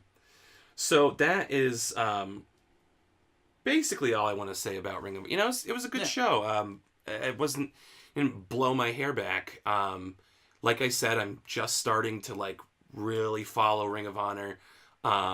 Same with Lucha Underground. Mm-hmm. And me as well, yeah. Yeah, and I'm glad that we're talking about these other promotions and that we're devoting time to them, because it is really worthwhile. I mean, I saw a lot of great wrestling and a lot of great performers on that card, so I look forward to whatever they've got coming up next. Perfect. So then again, we're talking Ring of Honor 14th anniversary show. It was in Las Vegas last week. We're going to take one final break, and we're going to come back, and we're going to discuss 12 Rounds 3 Lockdown, starring Dean Ambrose, all three of us together. We sat down, we watched it, and to say we have some problems with it is an understatement. We're back in just a few moments here on the Great American Cast. What is happening in there? It's Burke. He's dirty, and I got the evidence. Taking you down, Burke. I don't think so. 12 rounds. Back for the final segment here on the Great American Cast. Tanner Acebo, Gary Lannister, and our special guest host this week, Mitchell Abraham, a.k.a. the Trash Man, the walking piece of trash. Speaking of walking pieces of trash, We sat down a few nights ago and we watched 12 Rounds 3 Lockdown, starring Dean Ambrose, who, as we said earlier on the show, we are all unabashed Ambrose lovers. The awfulness of this movie will not affect how much I love Dean Ambrose. However, in the days after we've watched it, I've really when we first sat down and we watched it, I was like, this is pretty bad. This is not a boxing movie. It's not 12 rounds in the ring, people. All right. I felt like I went 12 rounds in the ring with a prime Muhammad Ali after the end credits rolled on this movie. But over time, after watching it, it really has just sunk lower and lower into the pit of my stomach. This movie, it came out in 2015. It was directed by Stephen Reynolds. It is a sequel to 12 Rounds 2 Reloaded, starring Randy Orton. I don't know how the hell it's a sequel other than in name. Shouldn't it be we're now reloaded? Yeah, 12 Rounds 2 Reloaded, and now 12 clip. Rounds 3 Lockdown. It was written by Nathan Brooks and Bobby Lee Darby. Those are obviously two real names. Direct your complaints and ask for your money back for those names. So, going into this movie, we kind of knew what the gist of it was going to be. That Dean Ambrose is the hero, that he gets locked inside. He's a cop. He gets locked inside the precinct. There are dirty cops that have locked him in there. So we knew that was coming. And actually, it was a very interesting thing of being able to sit there and watch and say, how are they going to get there? How are they going to do this? Quick synopsis of the opening of the movie. Businessman gets shot. There's some shady business deal. We know who the villains are right off the bat because they're the ones that break into the guy's house and ultimately shoot him after destroying all the evidence he has against them. Drug running, was that what it was? Was running drugs. The businessman had photographic evidence of all these dirty cops receiving suitcases full of cash, which is still how money is transferred in this day and age, even though the fact that the guy's evidence that he had was on a USB drive disguised as a credit card that was found on his body. We did not find that out till later. Well, no, I know, but what I'm saying is It was a they're not doing wired transactions for this. Yeah, get the fucking drugs. Bitcoin, bro. Again, I guess maybe because they didn't want to be linked to them. Anyway, this is just a minor detail because there are glaring deficiencies in the movie as we go forward. So your main villain is Detective Tyler Burke. This is the guy that ultimately kills the businessman George Fremont, who is the drug dealer. So he kills George Fremont in a way. He takes Fremont's gun. He asks Fremont where his gun is. Finds it, shoots 2 rounds into the countertop in his kitchen. You just shot at a police officer. And then fills him full of lead. Convenient for me. Bam, bam, bam. Fills him full of lead. A common theme in the movie, actually. Already, filling things full of lead. We've now started with our first flaw. Man was shot in the kneecap/leg. He's in the chair. Why? Yeah, Why does that matter? He shot him in the leg for him to tell them where the evidence was against them. So he shoots him in the leg to make sure they know that he knows that these guys are serious. Then we do he shoots the gun into the cabinet, and then he shoots the guy in the chest 3 or 4 times. But here's the thing. Unless your fucking ballistics department is staffed by a bunch of beanbags, Dexters. when they get there, they're going to say, oh, okay, 2 bullet holes in the cabinet. We got a guy with one in his knee and a couple in his chest. Oh, and then here from a completely different fucking angle, here are 2 shots into the Formica countertop that have pieces of laptop in them. Yes, because they destroyed the laptop by shooting it. Yes. How do you explain that if you're those cops? I got spooked. I forgot that I said that while watching it. Yeah. That there's now 2 holes in the marble or granite countertop from point-blank shots. Now, they had a silencer on the gun when they shot it, so maybe it's a bit of a low pressure shot. I'm just playing devil's advocate here. I'm just playing devil's advocate. So, anyway, to get back to Lockdown, a lot of stupid shit happens in the next 15 minutes.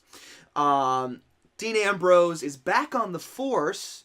His character, John Shaw, There's a lot of exposition. You just get hit in the head with it. That his partner was a rookie. That his rookie partner died. A lot of people blame John Shaw for his death. John Shaw's been suspended or on leave for a while, seeing a shrink to talk about it. Yes. He comes back. He's now in the office. No welcome. No welcome. Hey, everyone, it's Shaw. No one gives a shit. 2 minutes later, hey, Shaw, maybe we'd care more if you didn't get your partner killed. Blah, blah, blah. 15 seconds later, maybe if you didn't get your partner killed. Wow.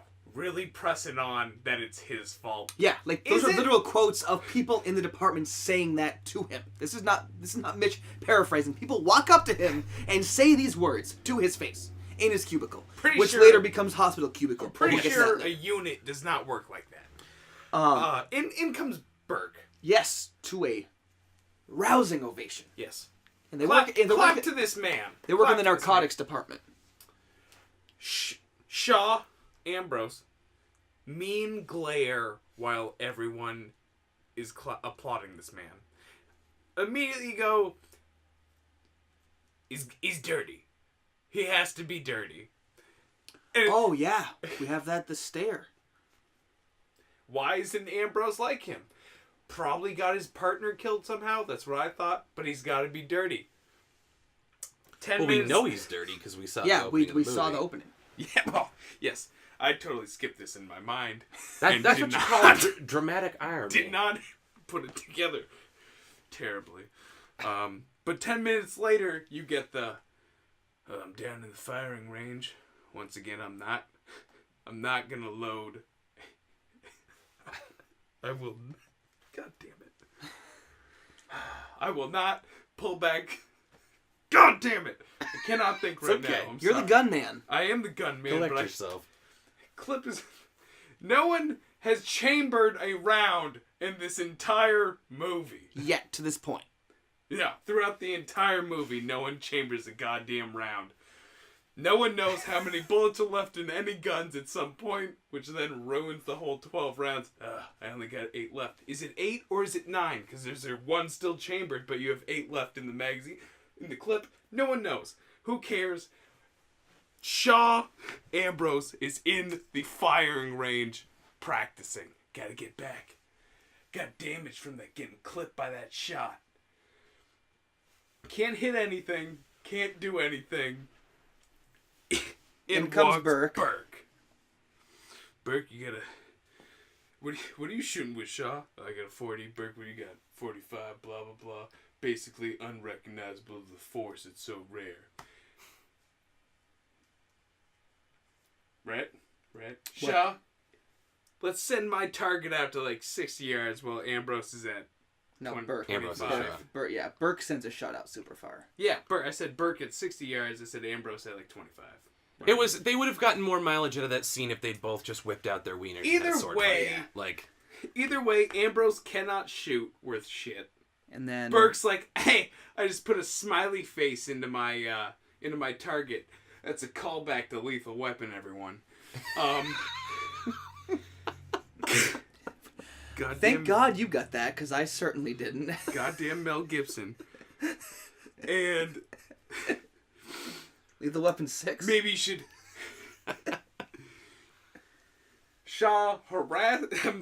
Burke harasses Ambrose about his shooting and how terrible it is.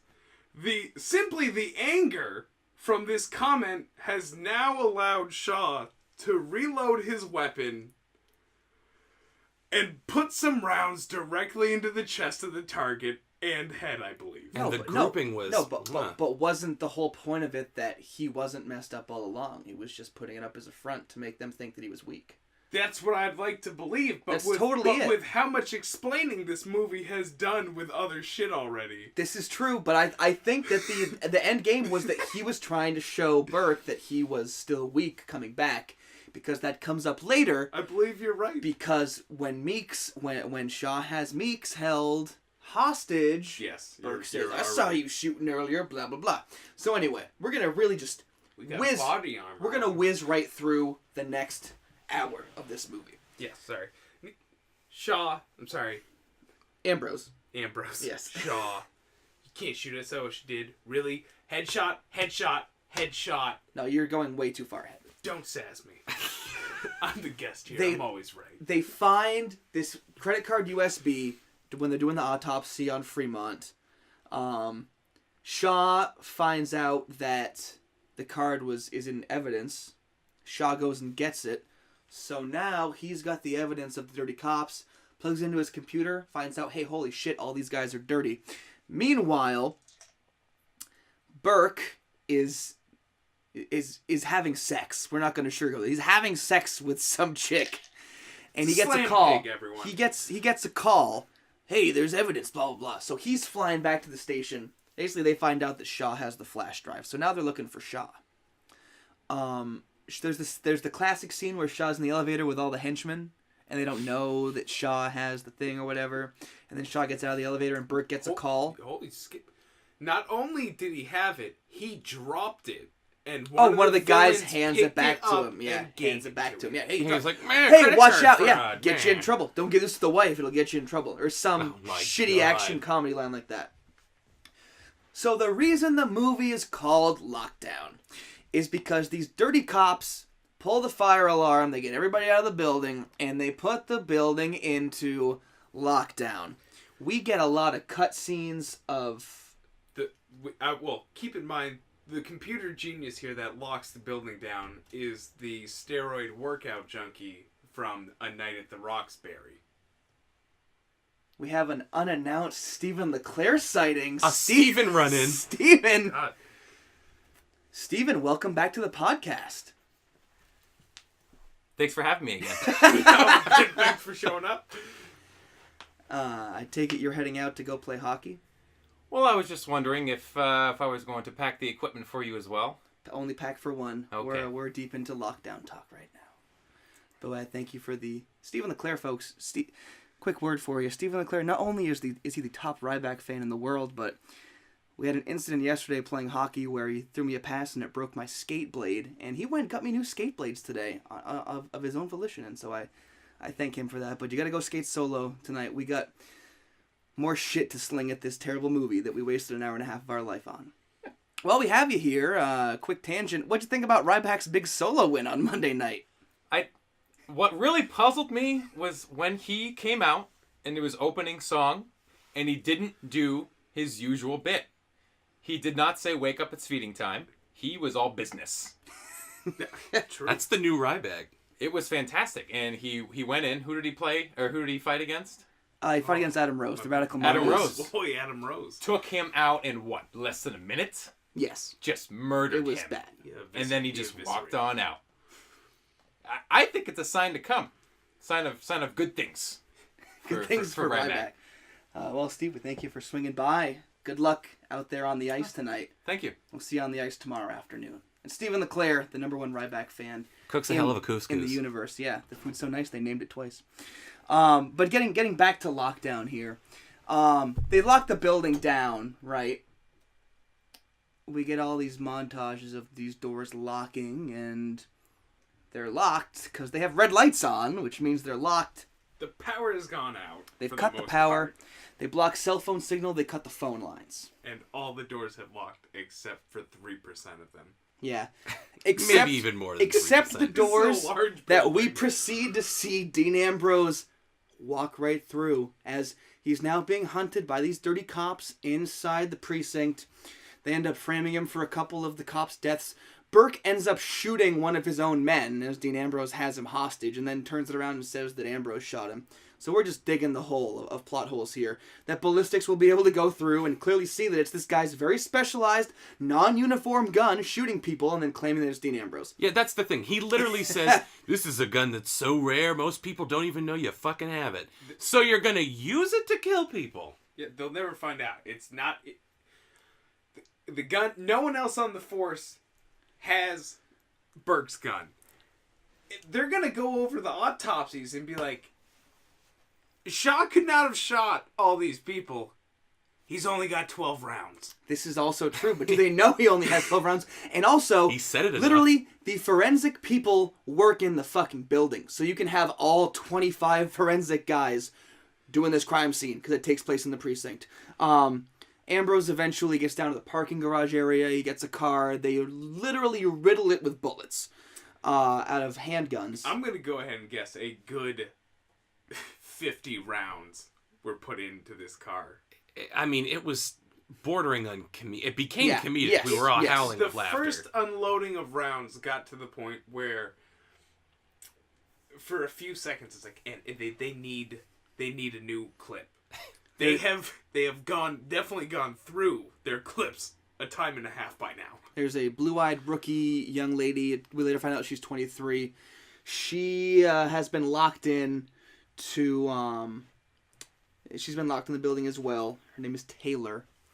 Ambrose runs into her. Blah blah blah blah. She doesn't believe him. He pulls his gun on her. All this stuff. He tells her to hide. Eventually, what happens is Burke runs into her, lures her up into the security room, tells Ambrose that if he doesn't show himself in 5 seconds, that he's gonna kill her. Ambrose shows himself. What does Burke do? He fucking kills her anyway. And there goes your leverage. Well- Just stand there because you need this person to be alive. We're gonna come assist you to where I am, Shaw, right? No. Let me And Ambrose kill hears the her shot. Yeah. before Burke's henchmen get there. Um, Where's he gone? There's literally one door he can leave out of because they're in lockdown.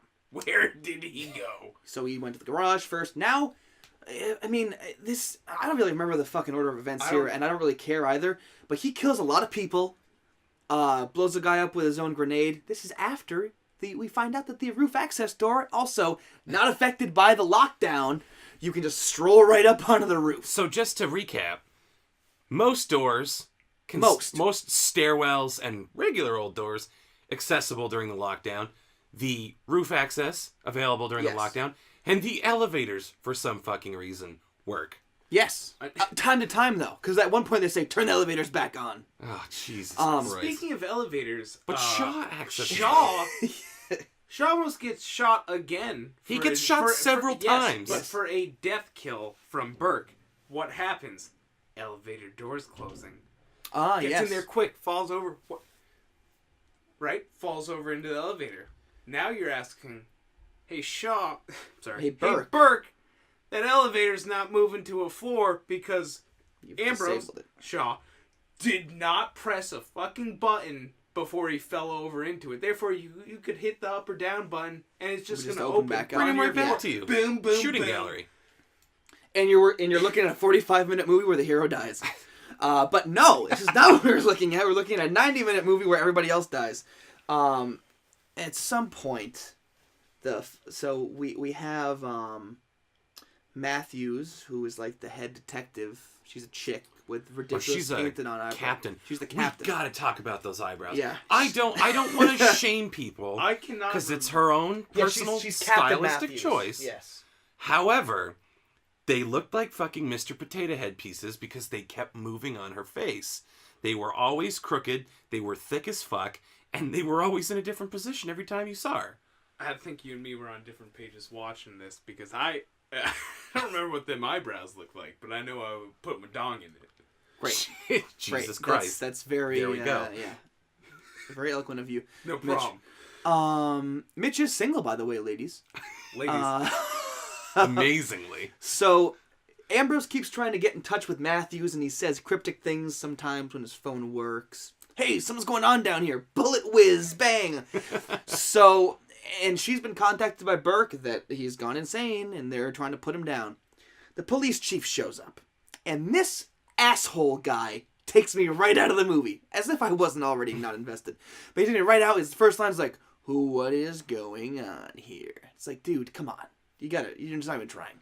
They're hitting every cliche. I was expecting someone to be like, you're a damn good cop, Sean, Yeah. but you're reckless. You're over the line. Your methods aren't by the book. Mayor's gonna have my ass. So eventually what happens is they tell Burke you have, half an hour, 15 minutes until the SWAT team comes, and we're cutting all the power to the building, and we're sending the SWAT team in. You get your guys out of there. They keep saying that, but then there's more gunfire. Then in the windows from where they're all watching, there's machine gun fire going off. Yes. And in the meantime, there's more... innocent cops being killed.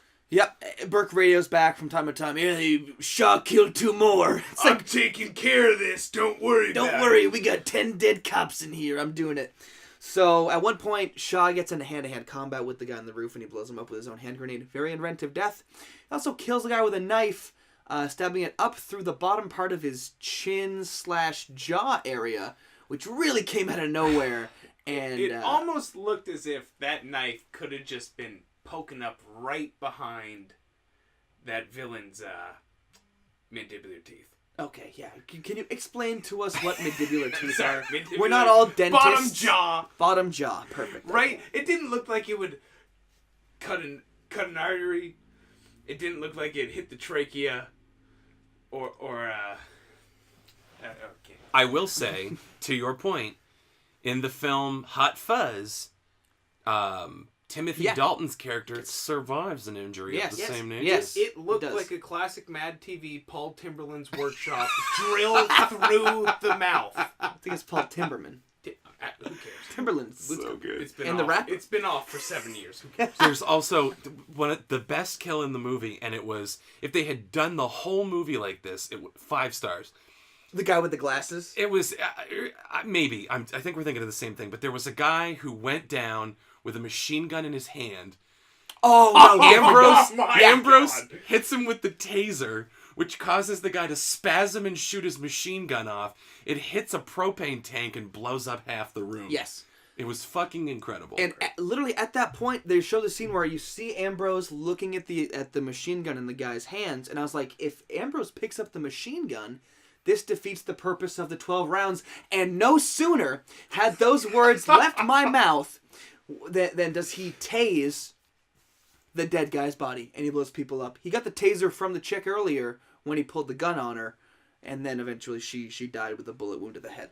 Where this whole thing goes is that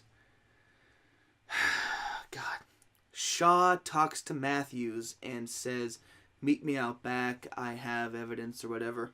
Shaw and Burke get into a knockdown, drag-out fight, and then during this fight, Burke breaks the evidence. Mm-hmm. He breaks the credit card USB drive. So you're thinking, oh, what's Dean's he got for evidence now? So Dean and Matthews are there, and as Matthews is talking to Dean, Shaw, Burke comes out of the shadows, and we quickly discover that they're working together they've been working together the whole time. Look at that! Did Vince Russo write this movie? Because we just got swerved. Just for the sake of being swerved. And you know what? Burke just shoots her. Just kills her. Just shoots her. What, 3 times? Keep in Instantly mind kills her. that They were all on the tape. why you on this? Who the hell do you think they need to clean up messes like this? How many messes like this have you gotten into? Yeah. How many precincts have been destroyed and cops murdered on your hands? Yeah. Brand new precinct, brand new facility, and they shoot it all to hell. Yeah. If I'm in the union, I built that place, I'm pissed. Yeah, what the hell? And also, who do you think cleans up messes like this? It's like I'm not familiar with how the hierarchy in police stations work. But she's still got to report to the curmudgeon chief, who clearly is a no-nonsense guy, judging by how little he speaks, and when he does speak, how little it means. She didn't clean anything up. Yeah, she didn't clean anything. Yeah, we got this under control. I'm bringing in SWAT. SWAT? Yeah. No argument. SWAT comes in literally after Burke has already killed her. She had no control. Yeah. So Burke kills her and says, "Was one less person on the take." Yeah. This movie had some great lines, including the line when Burke seemingly has Shaw dead to rights. Do you want to do it? Do you want to do it like one reenact? I'll be Burke, you be Ambrose. Yeah. Any last words? Is asshole 1 word or 2? Because I don't want to spell it wrong on your Christmas card. Down. Fuck off. God damn. So she's dead. Burke's there. Ambrose says a line, I've got 1 round left for you, or some shit like no. that. He's got 2 rounds left. This is my and he kills the henchman guy. Ballistics expert Mitch is gonna weigh in here. Burke. See you saved yourself 2. See you saved yourself 2 rounds. For God damn it! I'm sorry. See you saved 2 rounds first. Yeah. See you saved 2 rounds for yourself. First of all, no one saves 2 rounds for themselves. Any zombie apocalypse movie, any virus, I'm not gonna be human anymore. It's, you either run out of bullets, there are no rounds left, and you turn into whatever's attacking you, or you're dead. Or you have one left, and it's now in your brain. No. You save 2. But also, if you save 2, how are you going to get the second shot off? Thank you. Are you going to do a leg shot, then a headshot? I want it to hurt. Go abdomen? I want to feel alive in the moment before I die. Harry Carey with a bullet first, and then to the brain. Harry Carey. Whatever. Who cares? I will commit Harry No, Carey. wrong. Say. It's 1 bullet for that guy, and 1 bullet for you, Burke. Yep. And then eventually he does shoot that other guy who was starred in a bunch of terrible movies, the tech guy. And then so he's got the 1 bullet. Which keep in mind that the second to last shot was a headshot as well. Yeah, a lot of headshots from Dean. Headshot 4 or 5. God, this is just so ridiculous. Of wrestling. When Burke and Dean were hand-to-hand fighting, Burke said a lot of incriminating things to Dean. And Dean recorded them all on his cell phone. And when the SWAT team storms in, Dean just plays them on his phone. And then they all turn their attention to Burke. And Burke goes to shoot, and Dean shoots him in the leg. No, yeah. It was literally the same ending as Chief Horrible goes, Bosses. my God, Shaw just shot him in the leg so fast I'm stunned. But we have no more questions for Shaw. Let him walk out. Yeah, he cuffs him. Shaw cuffs him with his hands in the front because earlier in the movie he handcuffed Shaw behind his back, and Shaw said, "When we were partners, what was that thing that I told you? Never cuff a guy's hands behind his back because you don't know what he's doing back there." And as he's saying that, he's undoing his handcuffs. You know why? Because he's a cop, and probably because he has a handcuff key on him. For God's sake, Dean, what are you doing? Random fact, 80% of handcuff keys work on handcuffs. You can take that to the bank. You can. And we proved it in this case. So the movie ends, mercifully for all of us. This thing was just a dumpster fire. And the allure, I guess I could say, of Dean starring in a movie wears off really, really quick in this one. And they could have just, changed some things. It still could have been a shitty action movie, but you still could have enjoyed it if they had just taken a step back and been like who proofed the script? Here's the thing. I'm not trying to impress anybody or pull rank, but I have a master's degree in screenwriting. And I can tell you that writing a movie is fucking hard. But writing a shitty movie is even fucking harder, because there's just some shit that if you know what you're doing, you should pick up on right away and not do. And they did it all in this movie. We have no reason to give a shit about Dean Ambrose. It seemed like he was on Quaaludes the entire movie. And it's... we love the guy, but the whole thing was just... He sounded like Stallone waking up from a nap. Just... Yeah, we're watching this through Dean Ambrose tinted glasses, and it's still a flaming pile of shit, basically, is what this comes down to. Yeah, that's fucking terrible. I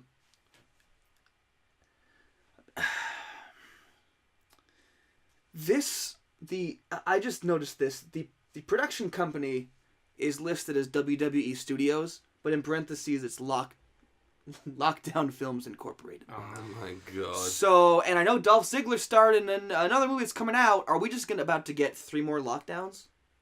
Are we just getting more lockdowns with plots that don't matter? I don't even know what to think anymore, because I remember watching the original Marine and going, this is a giant pile of fiery shit. And that was back when it had high production value. Yeah. Like, that was one of the first ones that they made. I don't know what was better. I mean, I don't think anybody wins in this one. no one wins in these movies, but I'm going to have to say John Cena trying to rescue his hot-ass wife was a little bit more entertaining than going, I only got 8 rounds left. We're down to 4 rounds. Looks like you But there again, big fucking screenwriting no. Don't have your characters fucking talking to themselves. That's all he does in the movie. 8 rounds left. I wonder what's going to happen when I find a bunch of people and I have to use these bullets on them. Like, Tase a dead guy with a machine gun. Right, yeah. Also, before we sign off here, Ambrose commits surgery on himself. Performs? Performs? Yeah. Performs surgery on himself twice in his office cubicle. That's why I called it office or cubicle hospital earlier. Wanted to Yeah. get that reference back in there so people don't think I was crazy. We've talked way too much about this shitty movie.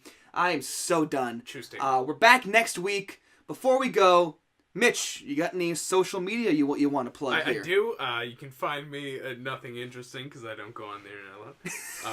You can find Great me pitch. on Facebook at Paul Mitchell, so guarantee you probably won't find me. You can find me at Twitter at Mitchell Abraham not at Mitchell Abraham. It's Mitchell Abraham at Burrito Package. Don't ask. All right, Xbox gamer tag. And also, I'd just like to plug for Steiner, Scott Steiner, the closest thing I've ever seen to sexual assault and domestic abuse. Freak Show, everyone. Get on his workout level. It is his workout DVD. And those ladies constantly being harassed in between takes, probably. Yeah, they must have just worked in fear. You can find it on YouTube. You can buy it from him if you really want to. It's his workout. If you've It's his truly workout wanted DVD. to see two women hate their lives, just If you watch wanted a to hate commercial. yourself just as Yeah. much. Freak Do you Show. want to plug our social media one more time Yeah, before yeah. we go? We're on Facebook. We're on Twitter. On Facebook, it's facebook.com/GreatUSAcast. On Twitter, we're at GreatUSAcast. On YouTube, we are the Great American Cast, and you can find us very easily on there. If you go to our Facebook page, we have all of those sites linked right there. We're also on SoundCloud, the Great American Cast. So we're going to sign off for this week. We'll be back next week. We'll be talking about, obviously, Shane McMahon coming back to Raw. What do they do with the tag team belts? If anything big happened on SmackDown this week, spoiler alert, it didn't, but we'll still talk about it.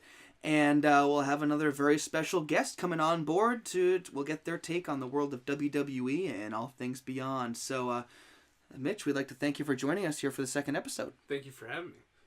And I thank my co-host here, Gary. I am Tanner Acebo. We are signing off episode 2 of the Great American Cast. We'll let the dulcet tones of the Talking Heads take you home. Have a great rest of your week.